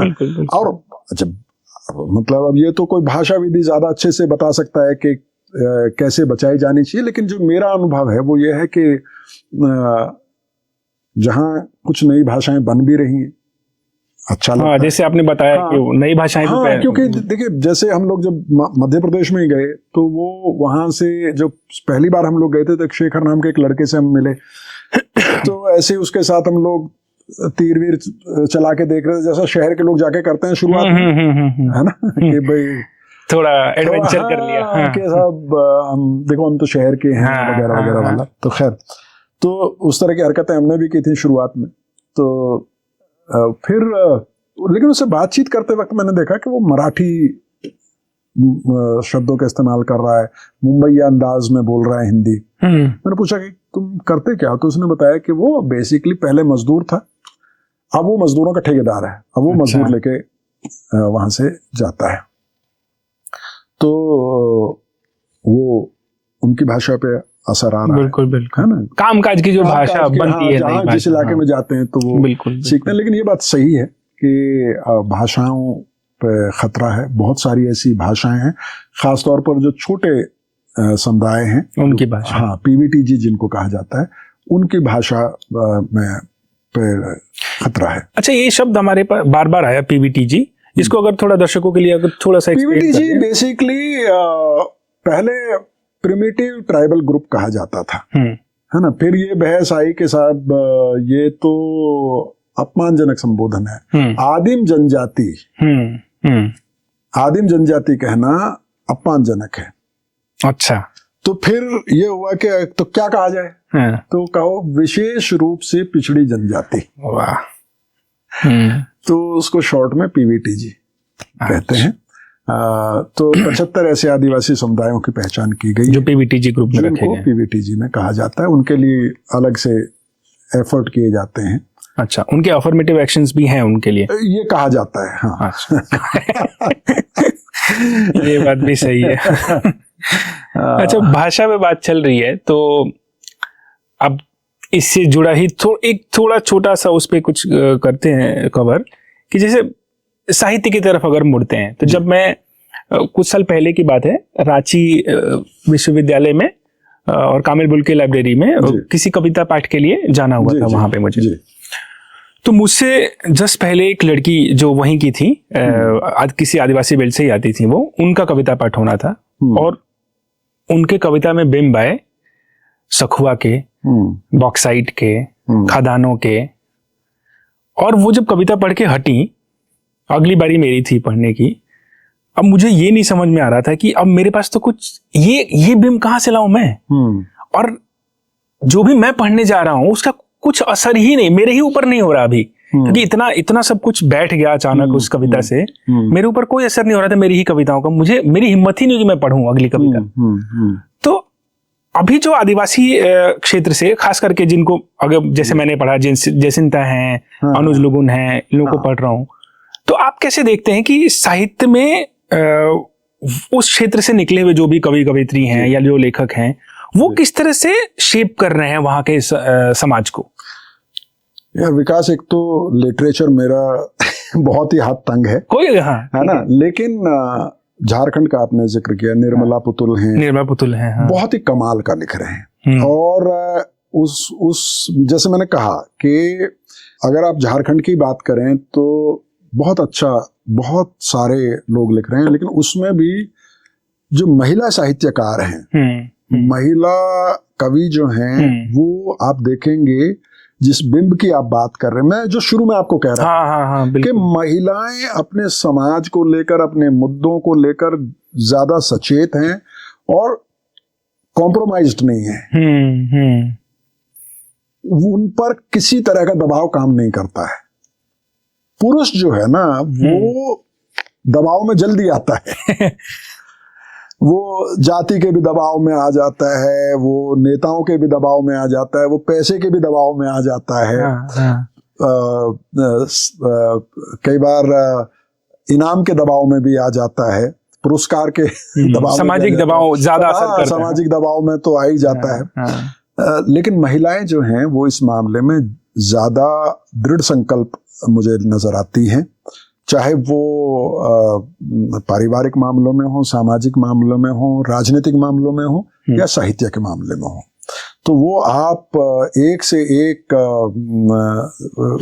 कवियत्री और कहानीकार और जो भी विधाओं में, जिन भी विधाओं में आप, पत्रकारिता में आप देखेंगे, आप बड़े अगर 4 एक्टिविस्ट के नाम लेंगे तो उसमें 3 आपको महिलाएं याद आएंगी। वासवी की वो याद आएंगी, उसमें आलोका कुजूर याद आएंगी, उसमें आपको निर्मला पुतुल याद आएंगी, है ना? बिल्कुल। उसमें आप जैसी 4 अच्छे साहित्यकारों का नाम लेंगे तो उसमें महिलाओं के नाम याद आएंगे आपको, जो न सिर्फ मतलब विस्थापन, पलायन, शोषण, जो जेंडर इश्यूज पे इतना अच्छा लिख रही हैं। जेंडर इश्यूज पे बहुत बढ़िया है वो, बिल्कुल क्लियर समझ। हाँ, एकदम सही बात। देखिए, कहते हैं ना कि बीमारी का इलाज आप तब अच्छा कर सकते हैं जब आप डायग्नोसिस आपका सही हो। तो उन्हें पता है बीमारी क्या है, उन्हें पता है कि समाज की समस्या क्या है, मुद्दा क्या है, तो वो आपको उसमें देखने के लिए मिलेगा। मेरी जितनी नहीं, बिल्कुल उनकी भाषा भी ना, उनकी भाषा भी बिल्कुल लच्छेदार भाषा नहीं है, ना एकदम स्ट्रेट फॉरवर्ड बात कर रहे हैं, जो भी उनको कहना है। बिल्कुल बिना किसी दबाव के। मतलब वो जो कहिए, जो एक कहते हैं ना कि लिटरेचर के भी मैंने सुना है कि अपने खेमे हैं। अरे बिल्कुल है, बिल्कुल है। वो उसके अपने दबाव हैं। हाँ। लेकिन आप देखेंगे कि इन महिला कवियों में या साहित्यकारों में, कहानीकारों में वो दबाव भी आपको नहीं मिलेगा, खास करके आदिवासी बेल्ट के। जी, उनमें वो नहीं मिलेगा। बहुत अच्छा काम हो रहा है, और सिर्फ झारखंड में नहीं, मतलब अरुणाचल प्रदेश में, आपके त्रिपुरा में, आपके आंध्र प्रदेश में, उस तरह से जब आप जाते हैं तो धीरे धीरे। लेकिन हाँ, ये है कि ये कुछ एक मतलब झारखंड में जैसे उन्होंने अपनी एक जगह बना ली है, अपने आप को स्थापित कर लिया है। आसान नहीं रहा होगा। बिल्कुल। अभी एक बार वापस आते हैं मैं भी भारत पर, क्योंकि ऑब्वियसली एंकर तो वही है हमारी सारी बातचीत का, कि अब वो एक फुल फ्लेजेड वेबसाइट है, एक यूट्यूब चैनल है, और पूरे संस्थागत तौर पे काम हो रहा है। आई गेस कितने 12 लोग और शुरुआत हुई थी आपकी? 3 लोग थे। 3 लोगों से शुरुआत हुई थी। तो ये जो पूरा सफर रहा है आपका, ये इसको आपने मतलब इस तरह से, इस सफर में क्या क्या मुश्किलें आई और यहाँ तक पहुंचने में किस किस तरह की स्ट्रेटेजीज काम आई, क्या ऐसा करना पड़ा? और इसके साथ अगर छोटा ऐड ऑन कर दूं, अगर इसमें एक सवाल और, कि अगर हमारे दर्शकों में से कोई भी हो सकता है, वो सोच रहा हो कि यार मुझे भी ऐसा एक काम शुरू करना है, मुझे भी एक यूट्यूब चैनल शुरू करना है, तो उसको किन किन बातों का ख्याल रखना चाहिए, या क्या ऐसा वो करे कि जिससे वो अपना उस चैनल को या उस अपने स्टार्टअप को वो शेप दे पाए? मैं भी भारत शुरू करने का जो फैसला था, आसान तो नहीं था। मतलब राज्यसभा टीवी में एक प्रोग्राम करना और बाकायदा एक डिजिटल मीडिया प्लेटफॉर्म शुरू करना, ये बड़ा फैसला था। और मैंने 1-2 लोगों से ही, मुझे क्योंकि आइडिया था कि इस पे किस तरह की प्रतिक्रियाएं आएंगी, कि 1-2 लोगों से मैंने अपने दोस्तों से बात की कि मैं एक डिजिटल मीडिया प्लेटफॉर्म बनाना चाहता हूँ, पूरी तरह से जो सिर्फ और सिर्फ आदिवासियों की बात करेगा, और ये न्यूज मीडिया प्लेटफॉर्म होगा। तो मेरे पहले मित्र ने कहा कि नहीं, एक प्रोग्राम करना एक बात है, क्या करोगे, मतलब मैं भी भारत ग्राउंड रिपोर्ट वेबसाइट पे क्या होगा, कैटेगरीज क्या बनाओगे, ये बनाओगे वो बनाओगे, एंड लेकिन आई वाज कन्विंस्ड। जब मैं बात कर रहा था तब तक मैं थोड़ा बहुत रिसर्च कर चुका था, थोड़ा चीजें ढांचे में ला चुका था, कागज पे कुछ प्लान बना लिया था, लेकिन इसके बावजूद ये एक आशंका तो थी कि पता नहीं कैसा कितना कामयाब होगा किसी भी प्रोजेक्ट में जैसा होता है। और दूसरा रिसोर्सेज, बिकॉज ट्राइबल कम्युनिटीज में अगर आपको काम करना है तो आपको ट्रैवल बहुत करना है। दिल्ली में आप बेस्ड हैं और दिल्ली से आपको जाके मध्य प्रदेश में, राजस्थान में, छत्तीसगढ़ में, झारखंड में, और वहां भी आपको और अंदर जाना है, तो बहुत खर्चीला मसला है। और खर्चीला इन द सेंस कि आप दिल्ली से जाते हैं फ्लाइट से या ट्रेन से, और उसके बाद जो लोकल ट्रांसपोर्ट होता है वो बहुत एक्सपेंसिव होता है, क्योंकि टाइम कंज्यूमिंग। हाँ, क्योंकि आप इस तरह के इलाकों में जा रहे होते हैं जहाँ छोटी गाड़ी नहीं जाती, आपको थोड़ी ऊंची गाड़ी चाहिए। तो और उसके अलावा फिर इक्विपमेंट हैं, कैमरामैन हैं, बाकी चीजें हैं, एडिटिंग है, तो एक बड़ा प्रोजेक्ट था। तो हम लोगों ने बैठ के आराम से उस पे, पहले मैंने अकेले उसको तैयार किया और फिर इसको हमने चर्चा की दोस्तों के साथ, मैं, मेरी पत्नी और मेरी एक दोस्त जो राज्यसभा टीवी में मेरे साथ थी। हम लोगों ने मिलके ये फैसला किया कि इसको शुरू करते हैं। और मुझे ये पता था कि ये आसान नहीं है, और लेकिन फिर हमने एक पूरा तैयार किया कि अच्छा, हम लोग एक साल में अगर इसको शुरू करते, एक साल में कितना पैसा खर्च होगा, अच्छा बजट करके, और फिर कितने दिन तक हम इसको सस्टेन कर सकते हैं अपने पैसे से, और कहाँ कहाँ से पैसा हमें मिल सकता है, यूट्यूब रेवेन्यू से हमें कितना पैसा मिल सकता है, कौन से ऐसे ऑर्गेनाइजेशंस हो सकते हैं जिनसे हमें मदद मिल सकती है। तो ये सब हम लोगों ने प्लान किया। और लेकिन इसमें जो सबसे इम्पोर्टेंट चीज थी वो ये थी कि मुझे इस बात का बहुत ज्यादा भरोसा था कि मैं भी भारत अगर शुरू होगा तो लोग इसको देखना चाहेंगे। क्योंकि राज्यसभा टीवी पे जिस तरह से इस प्रोग्राम को रिसीव किया गया था और जिस तरह का फीडबैक आया था, और उसके बाद भी लगातार जिस तरह का फीडबैक मुझे मिल रहा था, तो इस बात का तो मुझे विश्वास था कि इसको अच्छे से रिसीव किया जाएगा। लेकिन मैं भी पत्रकार और मेरे जो दो साथी थे वो भी पत्रकार, किसी को भी बिजनेस का आइडिया बिल्कुल भी नहीं था। लेकिन ये था कि हमने किसी भी चीज को कर लेंगे वाला नहीं था, हो जाएगा वाला नहीं था, अरे शुरू करते हैं हो जाएगा, ऐसा नहीं था।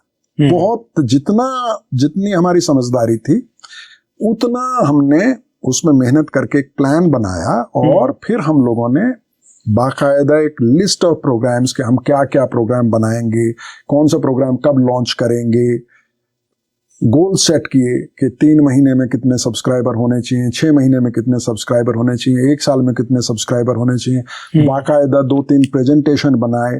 फिर उस वक्त में पैसा हमारे पास ना के बराबर था, नौकरियां कर रहे थे, परिवार चला रहे थे, तो लेकिन उसके बावजूद कुछ जो एक्सपर्ट हैं इंडस्ट्री के, जो प्रोजेक्ट रिपोर्ट वगैरह बनाते हैं, उनको हमने अपना जो प्रेजेंटेशन था उनको भेजा और कुछ पैसा देकर उनसे प्रोफेशनल तरीके से बनवाया। और फिर हम लोगों ने काम शुरू किया और लॉन्च किया, और उसमें फिर हम लोगों ने, मैं भी भारत और ट्राइबल किचन से हम लोगों ने शुरू किया।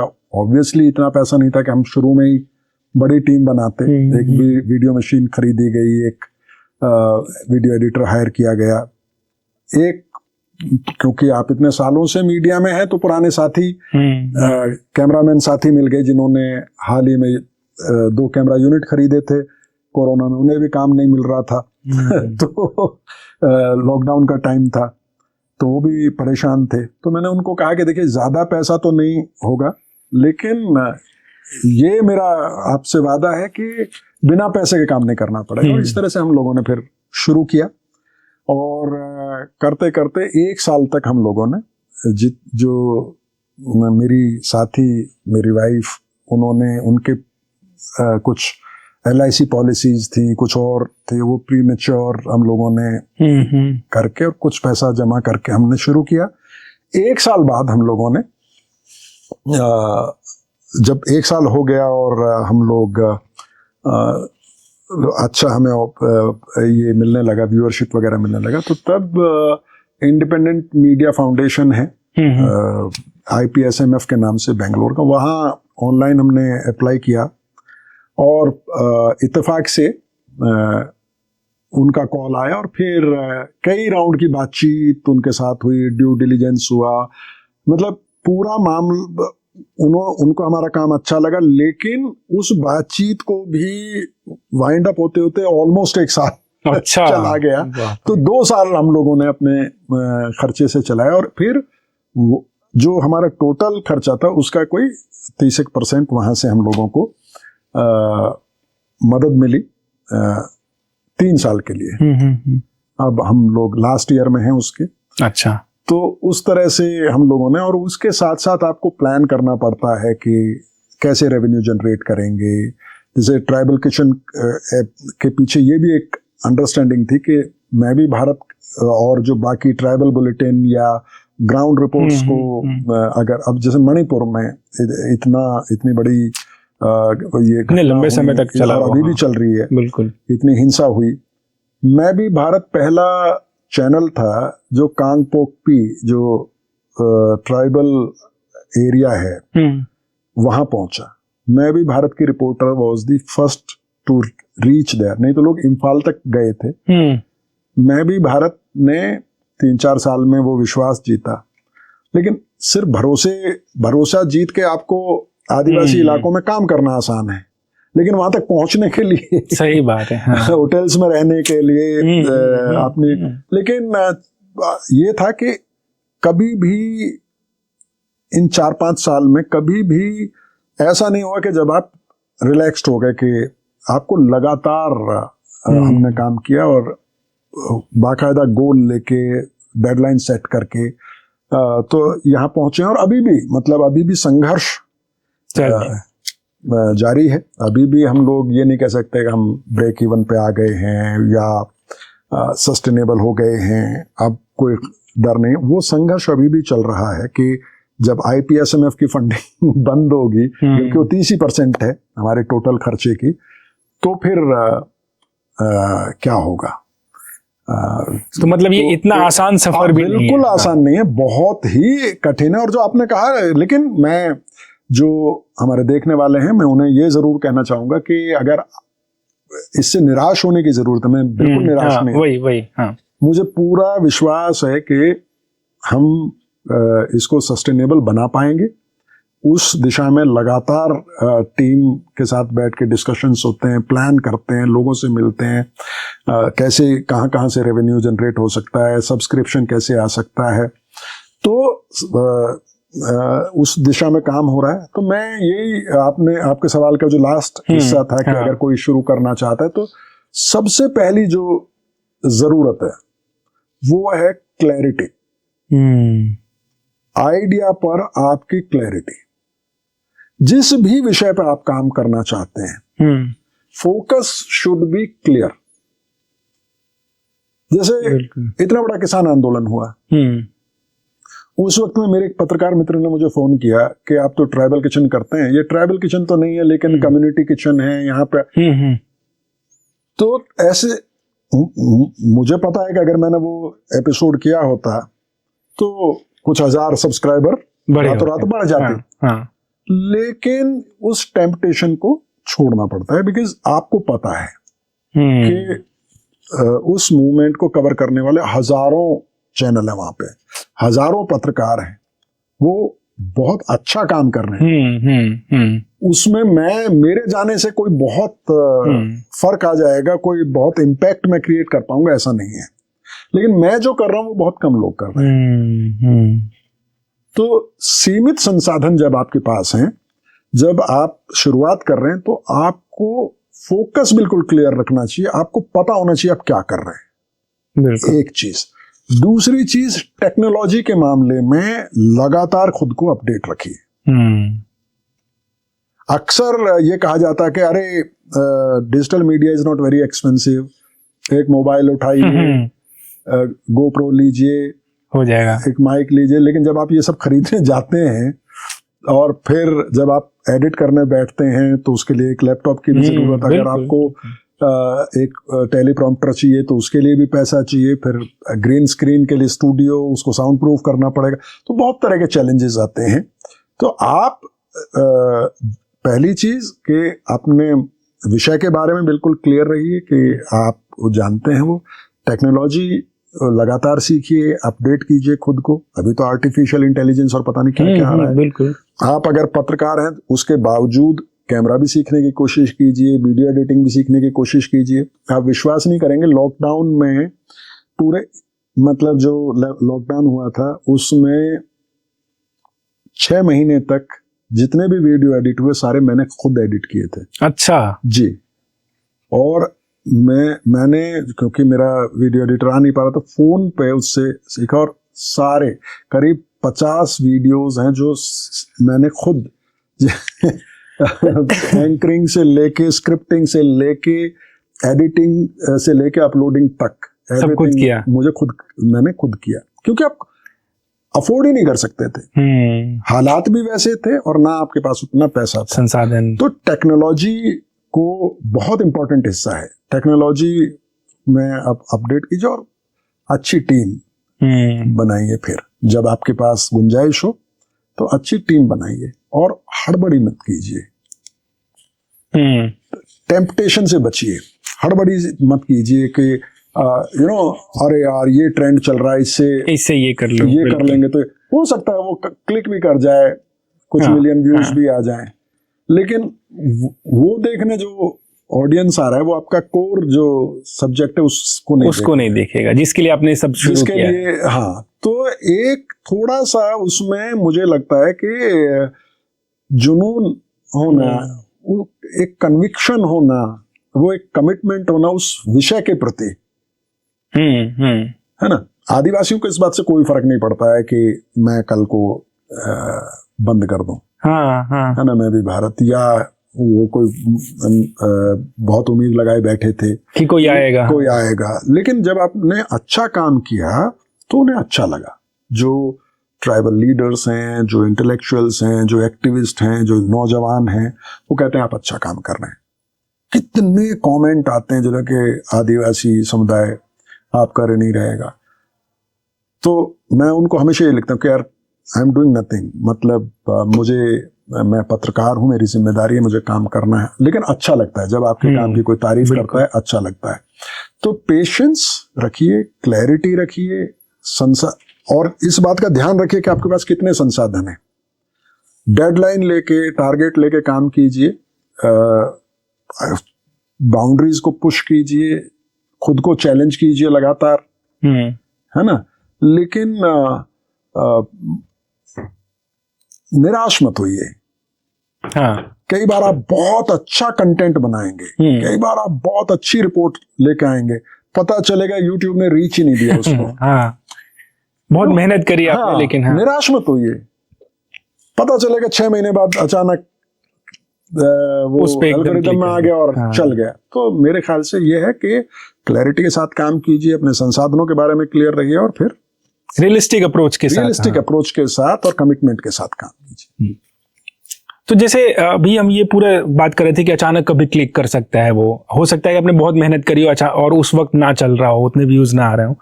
तो ये जो पूरा यूट्यूब का एल्गोरिदम है, इसको कैसे क्रैक करते हैं? लाइक उसका क्या तरीका है कुछ समझने का? कोई फ्रीक्वेंसी होती है कि इतने टाइम पे, इतने दिन में पोस्ट हो, या एक वीक में इतना ही पोस्ट, इस तरह के कुछ सेट ऑफ रूल्स हैं क्या?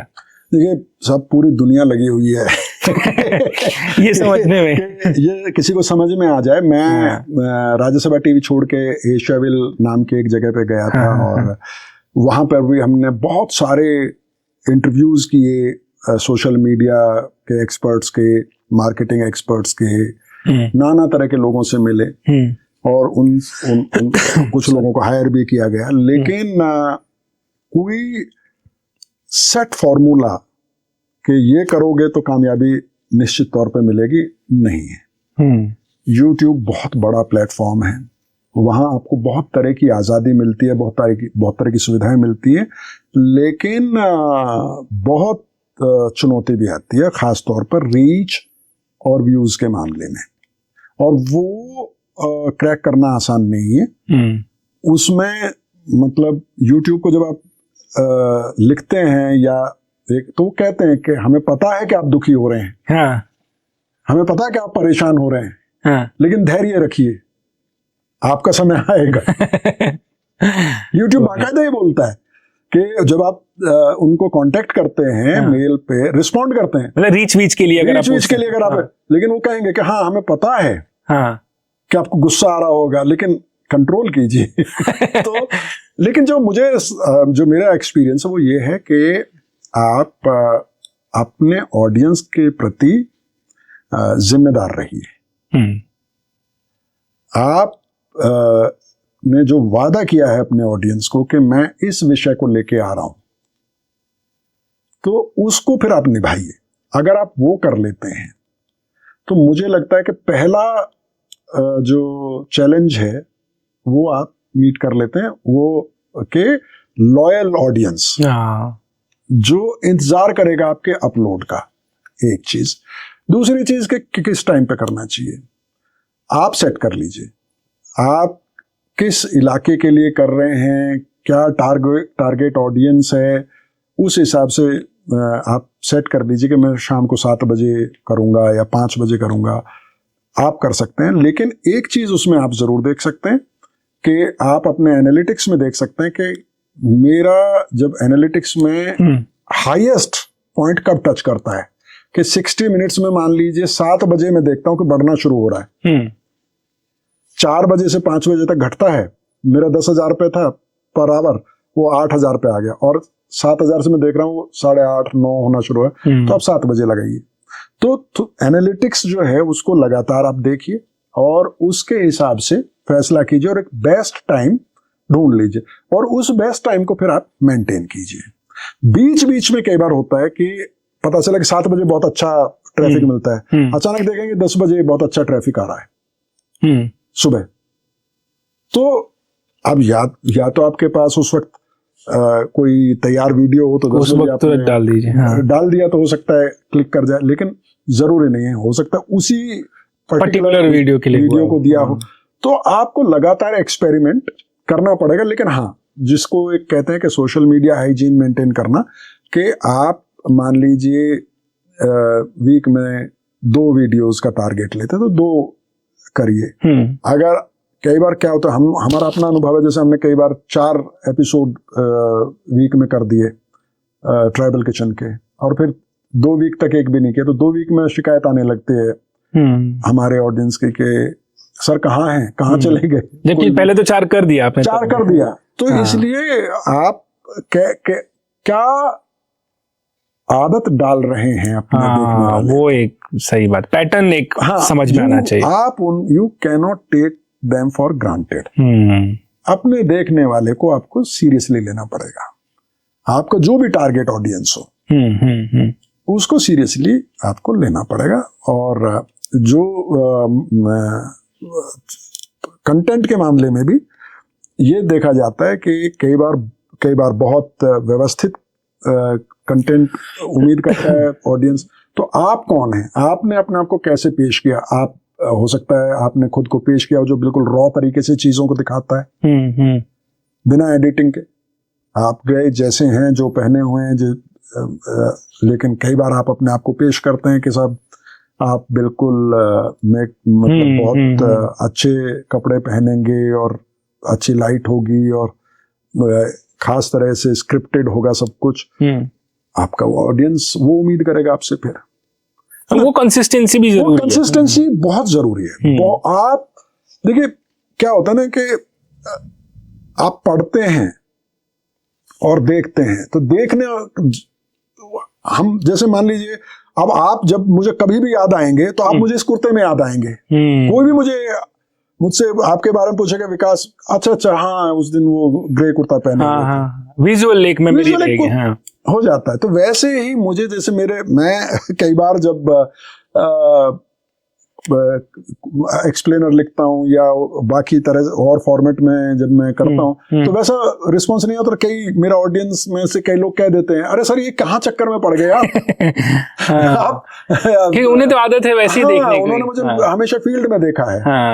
तो इसलिए आपको अपने ऑडियंस को पहचानना कि आपके ऑडियंस, अगर आपका टारगेट ऑडियंस यंग है, टीनेजर है, अगर वो 14 से 30 साल का है या सीनियर सिटीजन है, किस तरह का आप काम कर रहे हैं। आप मान लीजिए फाइनेंशियल मार्केट पे कुछ काम करते हैं तो फिर वो आपका टारगेट ऑडियंस बिल्कुल अलग होगा, इन्वेस्टर टाइप का होगा। तो आप हो सकता है कोट पहन के उसके हिसाब से आप, हाँ मतलब आप बाकायदा अच्छे से दाढ़ी ट्रिम करके बैठेंगे तो ज्यादा बेहतर लगेगा, है ना। अगर आप साहित्य और उसकी बात कर रहे हैं तो थोड़ा आपकी तरह बैठेंगे है ना। अगर आप मान लीजिए टूल्स के बारे में बात कर रहे हैं या किसी और घर में कैसे आप स्विच ठीक करें, तो मैं आप बता रहा हूं कि अगर आप मैकेनिक वाली प्रॉपर ड्रेस पहन लेंगे तो आपको ज्यादा व्यूज मिलेंगे, क्योंकि उसको देख के लगेगा कि हाँ भाई ये कोई ऑथेंटिक, ये भी एक सीरियस है आदमी। हाँ बिल्कुल इंटरेस्टिंग पॉइंट। बिल्कुल, आप जो जिस ऑडियंस को कैटर कर रहे हैं, समझिए कि एक इंजीनियर के तौर पे अगर आप काम कर रहे हैं, एक आप किसी को सोशल मीडिया मार्केटिंग सिखा रहे हैं, है ना, तो अगर आप प्रॉपरली ड्रेस्ड हैं, है ना, या आप कैजुअली बात करते हैं तो उसका फर्क पड़ता है। मुझे लगता है कि ये ध्यान रखना चाहिए। बिल्कुल। हमने ऑलमोस्ट बातचीत अब हमारी आखिरी उस पे आ गई है फेज में। बस आखिर में एक चीज मैं पूछना चाहूंगा कि आगे की क्या योजनाएं आपकी। जैसे अभी बहुत सारी चीजें आपने सोची होंगी, वो तो धीरे धीरे हो रही हैं, चल रही हैं। संघर्ष तो चलिए वो तो सतत है, वो चलेगा, बट और आगे की कुछ योजनाएं अगर आप बताना चाहें दर्शकों को। देखो, जो मैंने अपने बड़ों से सीखा है मीडिया में, बाकी भी लोगों से, टीचर से, बाकी से, कि देखिए या तो आप पीछे जाएंगे या आप आगे जाएंगे, है ना। तो योजनाएं तो बहुत सारी हैं। मैं भी भारत को लेके हमने बहुत सारे कार्यक्रम प्लान किए हैं, भाषा को लेके करना चाहते हैं, कुछ स्पेशल फिल्म्स बनाना चाहते हैं। जैसे बहुत सारी ऐसी, जब हम लोग फील्ड में जा रहे होते हैं तो जैसे मैंने कहा कि बैगा समुदाय के कुछ लड़कियां मिल गई हमें जो नाचने आई थी। फिर ऐसे ही त्रिपुरा गए तो वहाँ हम लोग ट्राइबल किचन करने गए, लेकिन वहाँ बातचीत हो रही थी तो वहाँ उनकी सोसाइटी में बच्चों की स्थिति और महिलाओं की स्थिति पे कुछ जानकारी मिली। तो लगा कि यार इस पे एक अच्छी आधे घंटे की फिल्म बननी चाहिए। डोंगरिया कोंद नियमगिरी के बारे में सबने सुना है।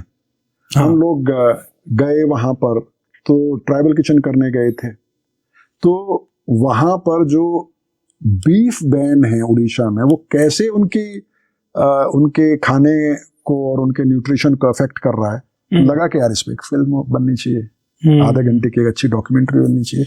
तो बहुत सारी ऐसी योजनाएं हैं, बहुत सारी ऐसे ख्याल हैं, और कुछ चीजें हैं जो पहले से ही उनके आइडियाज भी सब लिखे हुए हैं, लेकिन जब साधन होंगे तो करेंगे।